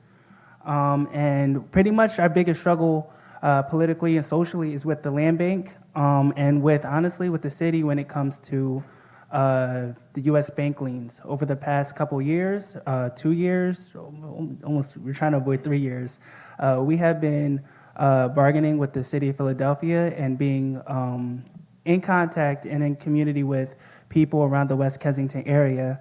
And in regards to the progress that we made, we demanded that the land bank give us all the land that we had been using and included all the occupied site lots throughout the neighborhood. So that was one of the first things that we had started to do when organizing, was making sure that people who had been taking care of their site lots would not have their site lots developed on by developers, making sure that democracy is at center in practice, because for so long there has people, neighbors around the surrounding community of the Iglesias Gardens who were afraid that, they had been taking care of the side yard, may have been a garden, may have been even a little playground for their grandkids to play on, but there's a note going on by a developer that says, hey, you got X amount of time before, this is sold off the sheriff's sale, and for all that time that they have been taking care of that site lot, they may have lost it. So outside of that fight with the land bank and with the city with the U.S. bank liens, we also did stop a bad zoning bill from being pushed through city council with no community input. And honestly, this is when I started to get re-involved back in the garden. I've been involved with the garden since 2017. The garden has been such a fundamental part to my awareness in regards to environmental justice that I decided to build a community garden at the campus I went to at Rowan University. And just being inspired by what happened at the garden has helped shape me into understanding, what's my relationship with the land. And that's largely when we talk about the Cesar Iglesias Gardens, what we're really trying to do is to make sure that those who live on Turtle Island, colonized, people who have survived colonialism, racism, is to help us to redefine and reconnect, with our relationship and to redefine our relationship to what the land could be. So through the 2017, 2018, I taught internationally, came back, being involved with this bad zoning bill on American Street, which is only about 2 minutes away from our garden, has been really important to making sure that people who are local to the community is back into the struggle. And with all this, struggling, fighting, getting people back together and along with making sure that we have a better and improved relationship with our land, we also help to create an independent nonprofit in order to secure, get some kind of idea of land sovereignty. That's complicated, but at least some type of political dominion over our garden for something that we have worked hard for. So the property problem.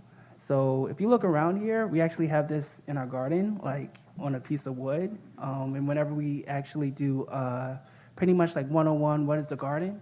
This is what we show.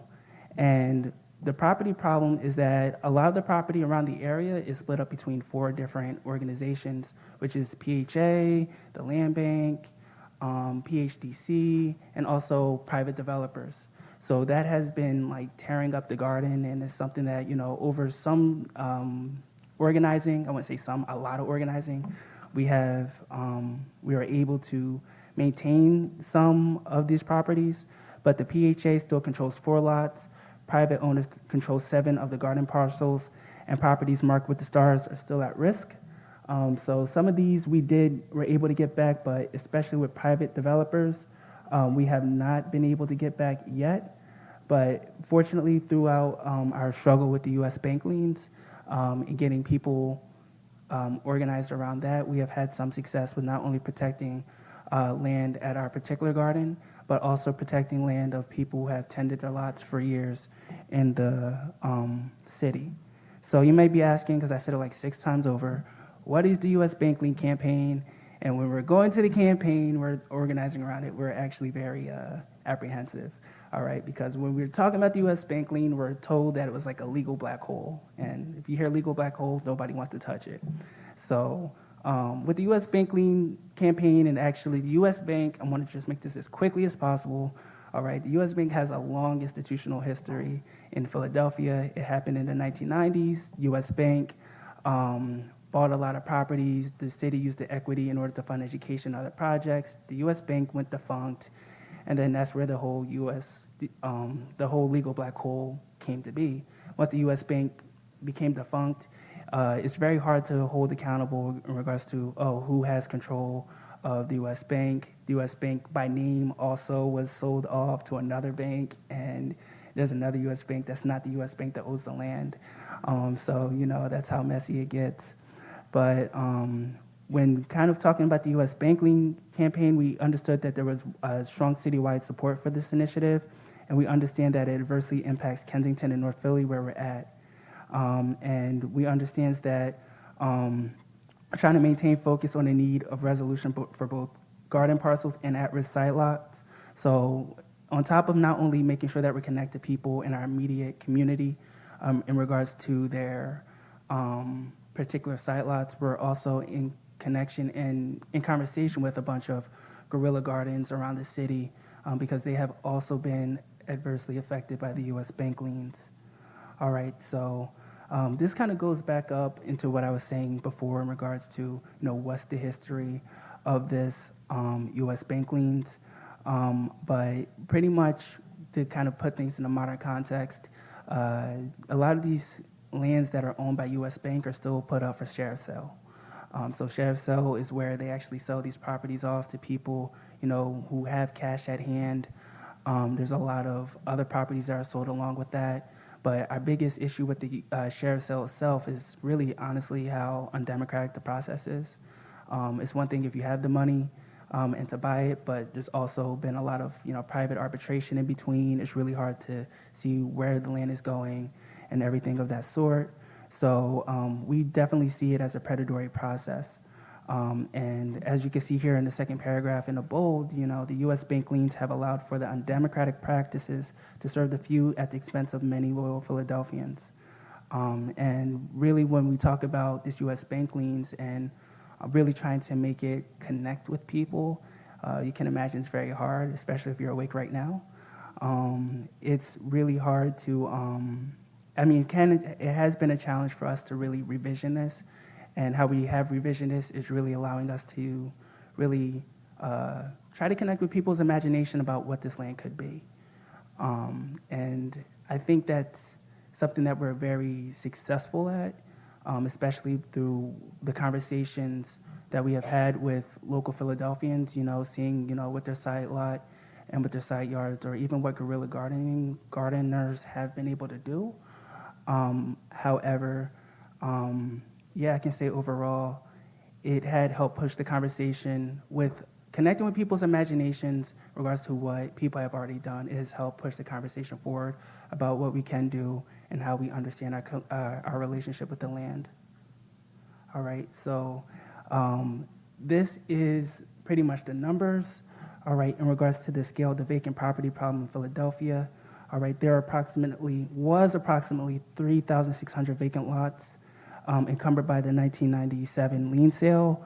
There's less than 2,000 now, and a lot more that could be under threat. And we are now in a process of, asking the city to buy a lot of these lots back because it has fundamentally changed, vacant lots, a lot of environmental issues when it comes to that, and making sure that when it comes to the vacant lots in Philadelphia, that we are not allowing developers or people who have means and power to displace communities in Philadelphia.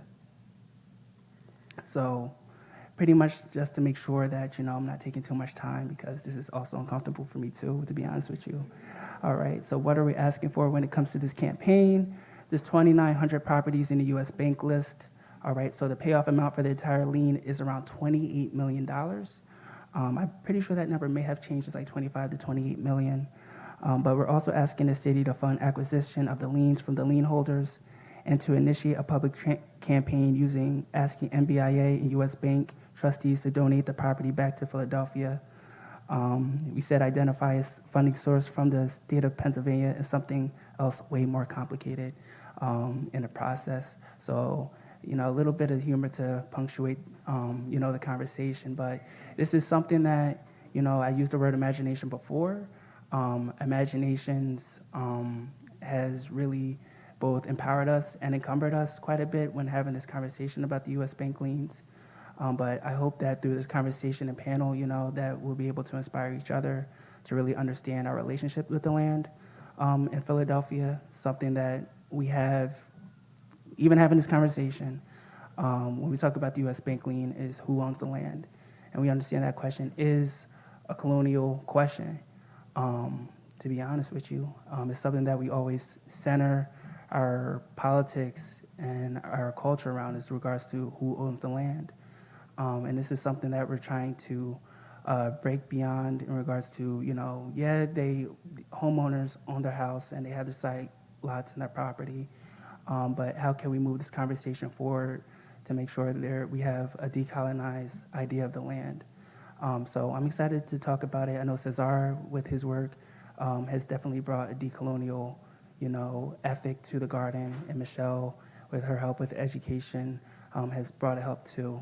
But, this is all interconnected in regards to what is our relationship with the land and how can we revision new futures for the kids in Philadelphia, as well as those citizens who have been living here so long. And I mean, it's just a really tough time to live in Philadelphia at this moment.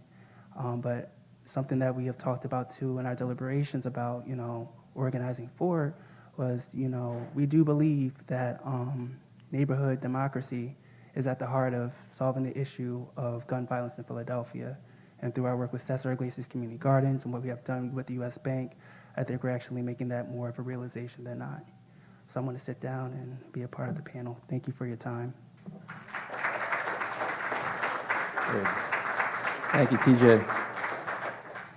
So TJ gave a really good overview of the U.S. bank liens. If you want to read more about it in Grid Magazine in this issue with this great bookstore owner on the front cover, you could read it's all about Iglesias Garden, the history of the U.S. bank liens, and the story if you'd like to pick a copy up. And then in this issue, entitled Turf Wars, gets into the history of challenges of the Philadelphia Land Bank. So again, I'm not going to get too far into it, but if you want to read about how the land bank was started, what it's been able to do, what its challenges are, that's in this issue if you want to grab one on the way out. So the first question that I had for you all, again, speaking of like a thing of, healing and action at the same time, is, I remember the first time I saw a sheriff's sale thing go up on the fence of Emerald Street where I garden. I mean, my first reaction, I ran in the house to my wife and I'm like, I'm chaining myself to the fence, I just went right to I got to do something right now. And she's like, all right, that's nice, but how are we actually going to stop this from happening? So when you guys first saw that these were being under threat and everything that was going on, kind of how did you kind of, process it, kind of, have it come into your mind, think about it, and then take action? Can you kind of walk everybody through that process, what that was like? So my family's side lots were affected. We had taken care of 3 side lots for at least 40 plus years. My family has taken care of them. And 2 of them, we had the notices from the developers. We had a whole play space, swing set, bikes, all of that. So yeah, it was just a notice, you gotta take down the fence, we're gonna start building here. I think it was just for me, it was just a feeling of hopelessness because I just didn't know what to do. I didn't know that we could even do anything about it. And then that's when I first got involved with Iglesias Gardens. Amy invited me to a land steward meeting, and so from there, I just started realizing that, we can do something, and we can do something together, and just feeling empowered by that. So, Okay, so yeah, it's like an initial feeling of hopelessness, but then there's collective power around you that kind of brought that hope back. Does anyone else want to speak on that or anything? Sure. So I live one block north of the Iglesias Garden, which the Iglesias Garden is not even half of a city block. It's a really small portion of land divided into 20-something lots. Sad thing is that most of the houses on our neighborhood are row houses, like 2 or 3 story building, and then one house next to the next one. And there is literally no patio, no backyard. I mean, you might have like a space of 15 by 15 feet, and that's all. But then sometimes it's covered with concrete. So how do you plant? You come from a family, a traditional family who used to grow your own vegetables, corn, chili, pepper, whatever, and you don't have any of that. So with the time, we find out some of the neighborhoods that all that abandoned place, we just have the idea of take it back, own it. We need the space, we have the need, I guess we have the resources, we have the strength, we have the hands, and we just decide to start cleaning because we find out that some of the dirty tactics of developers is to cheapen the line by dumping as much as they can, like throw trash and even pay people to damage the whole space so they can get better prices when they are about to go to the sheriff sale. Because who wants that piece of crap, right? So we start cleaning, and we find out the more we clean, the more they dump. So it was this game. Finally, it was a lot of people, people knocking on doors. We start getting the numbers, and we start thriving. I wanted to show the video because it's very unlikely that you see these things coming from the south. That might be very common in Texas, California. El Temazcal, the sweat lodge. Here, we don't have that. We, the regular average people, we don't have that. You might have in a private space, in a spa. You don't have this kind of treatment, the healing process that we have with the Temazcal, the house of heat. But we decide, why not? We start wondering why we cannot have all this luxury? Why we cannot have all this treatment? Why not? What is it like? What stops you to have all this that everybody else have? So we have all this land, and we start building the Temazcal. Somebody guide us, from this tribe. It's a mixed tradition now between immigrants, Chicanos, and then also the native tribe here. So that's what you saw on this video. Also, El Horno de la Barbacoa is the underground place. It was when the pandemic hit us, we got the idea of building this, cooking for 200 people at the time. I mean, that's like prime food. You have to bury the food and wait 12 hours for that to cook at a slow pace. If you want to buy that, somebody sell it, they claim it's the authentic barbacoa. It's not. And they sell you the plate at $30, $40 the plate. But here, Iglesias Garden, collecting money here and there, we was able to do it, feed for 2 years, all the community. Man, I got hungry already.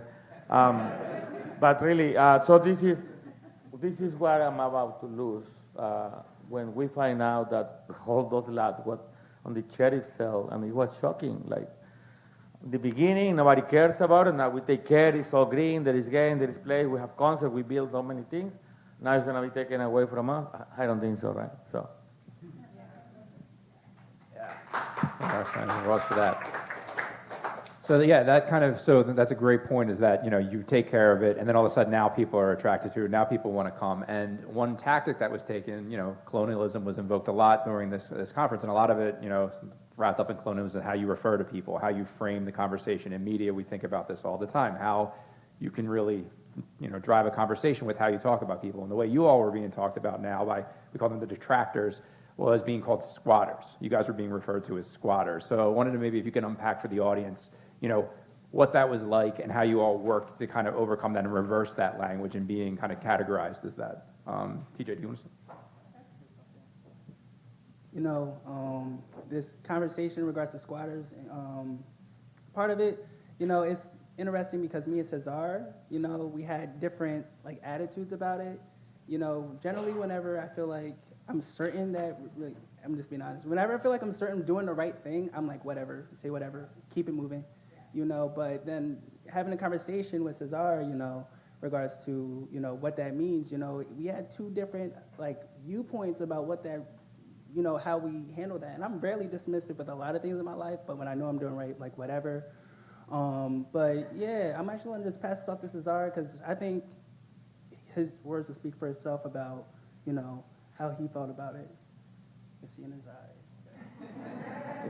Well, you don't take insults and you stay calm. I mean, you know, these are the pressure points. Like, getting like.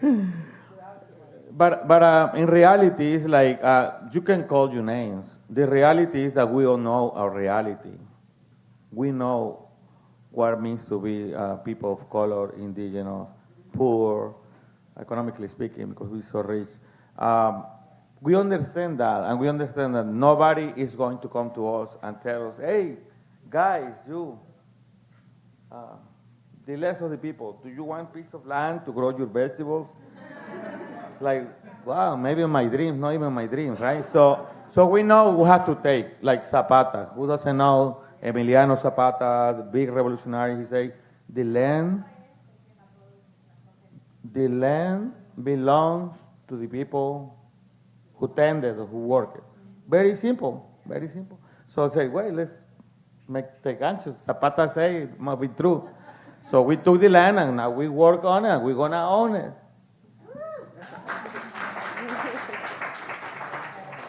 Comment on the squatters thing? Yeah. So with that, you know, you all start taking action. We were really pleased after we had written this article and we started seeing some action with Councilwoman Kendra Brooks, who, again, had a historic win. If you don't know who Councilwoman Brooks is, she won as part of the Working Families Party. So the city's pretty much controlled by the Democratic Party at this point, but she was able to break the mold and get out of that. So she's a council person who they have a lot of say over land issues in city council.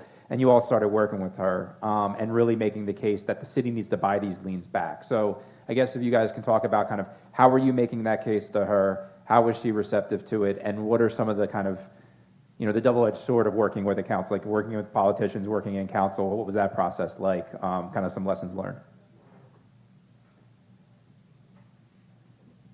I'm not gonna talk in like full like the expanse of this, just out of integrity to like my work into this situation.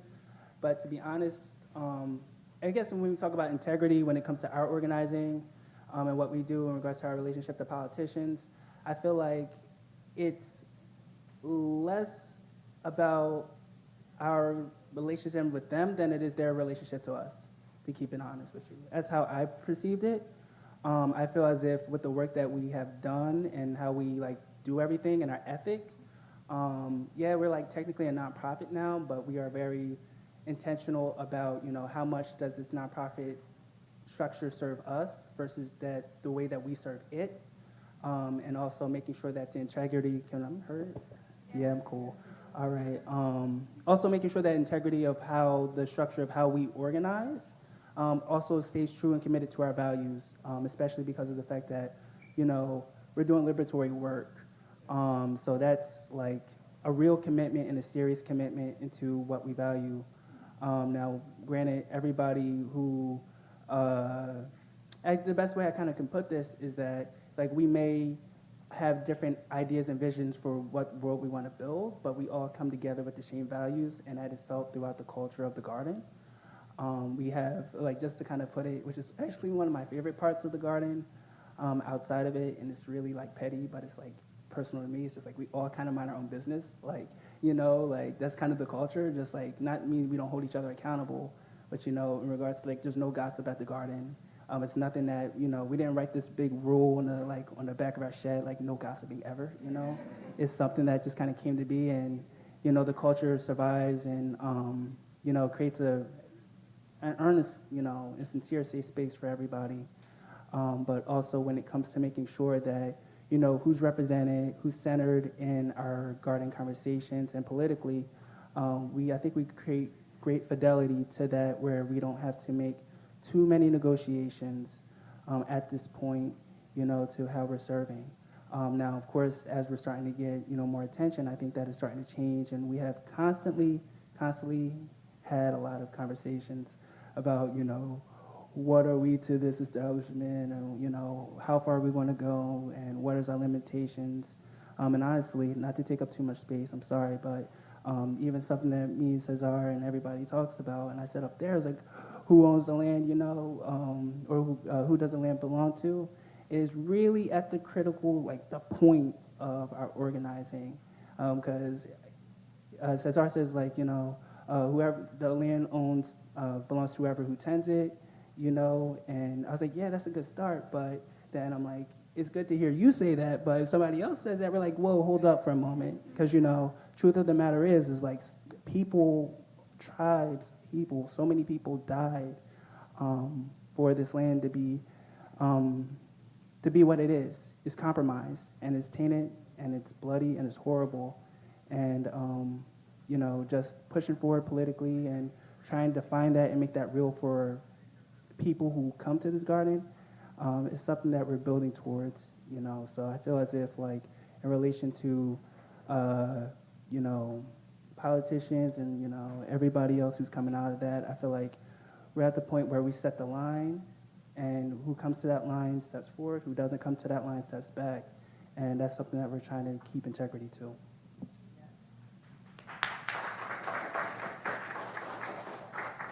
All right, so looking at the clock and knowing that the library's going to close at some point, so to stay on schedule, we have one last question for the panel. Again, you touched on this, TJ, and I really think this is beautiful about how you all are in the garden. There's a lot of kind of like ritual involved in like what goes on in the garden and how you all perceive it. So you said something when we had our pre-interview about periodically, especially when big things happen, you all kind of like collectively kind of reevaluate your relationships to the garden, what it means to you.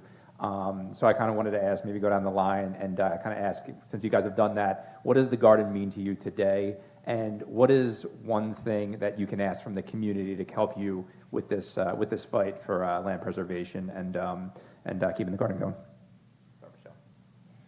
Okay, so yeah, today, I mean, the garden is a place of love, support, and community. And I would say that just showing up is enough. Just showing up. For me, the garden is a place, I would say a place of protection. That's something that's thematic throughout the garden. I think living in Philadelphia for the past 3-4 years, I've gotten a little bit more superstitious.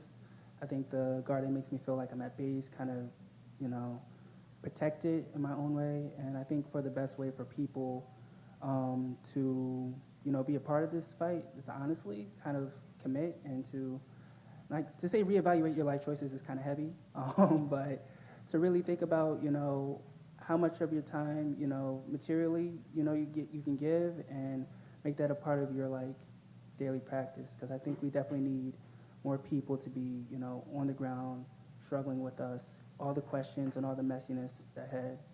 Yeah. Thank you, T.A. So I'm a visual artist, a muralist, but I do a lot of sculptures. And I realized that I didn't have a studio space to build. So I started building at the garden. I use the garden as my place of work, just because why not? And I realized that I had a student from Temple, Drexel, coming and asking what was that about, a sculpture made out of cement and then covered it with a lime and sand. And I started explaining that's fresco, that's what Diego Rivera, the Egyptian, the Greeks used to cover and paint. And so you don't learn these things on college, right? This is more like something that you watch and you learn. So it became like a school for me. The garden is my practice, but also is my cultural space. I can practice what I inherit from my people. I'm so glad that I heard you before. You inspire me.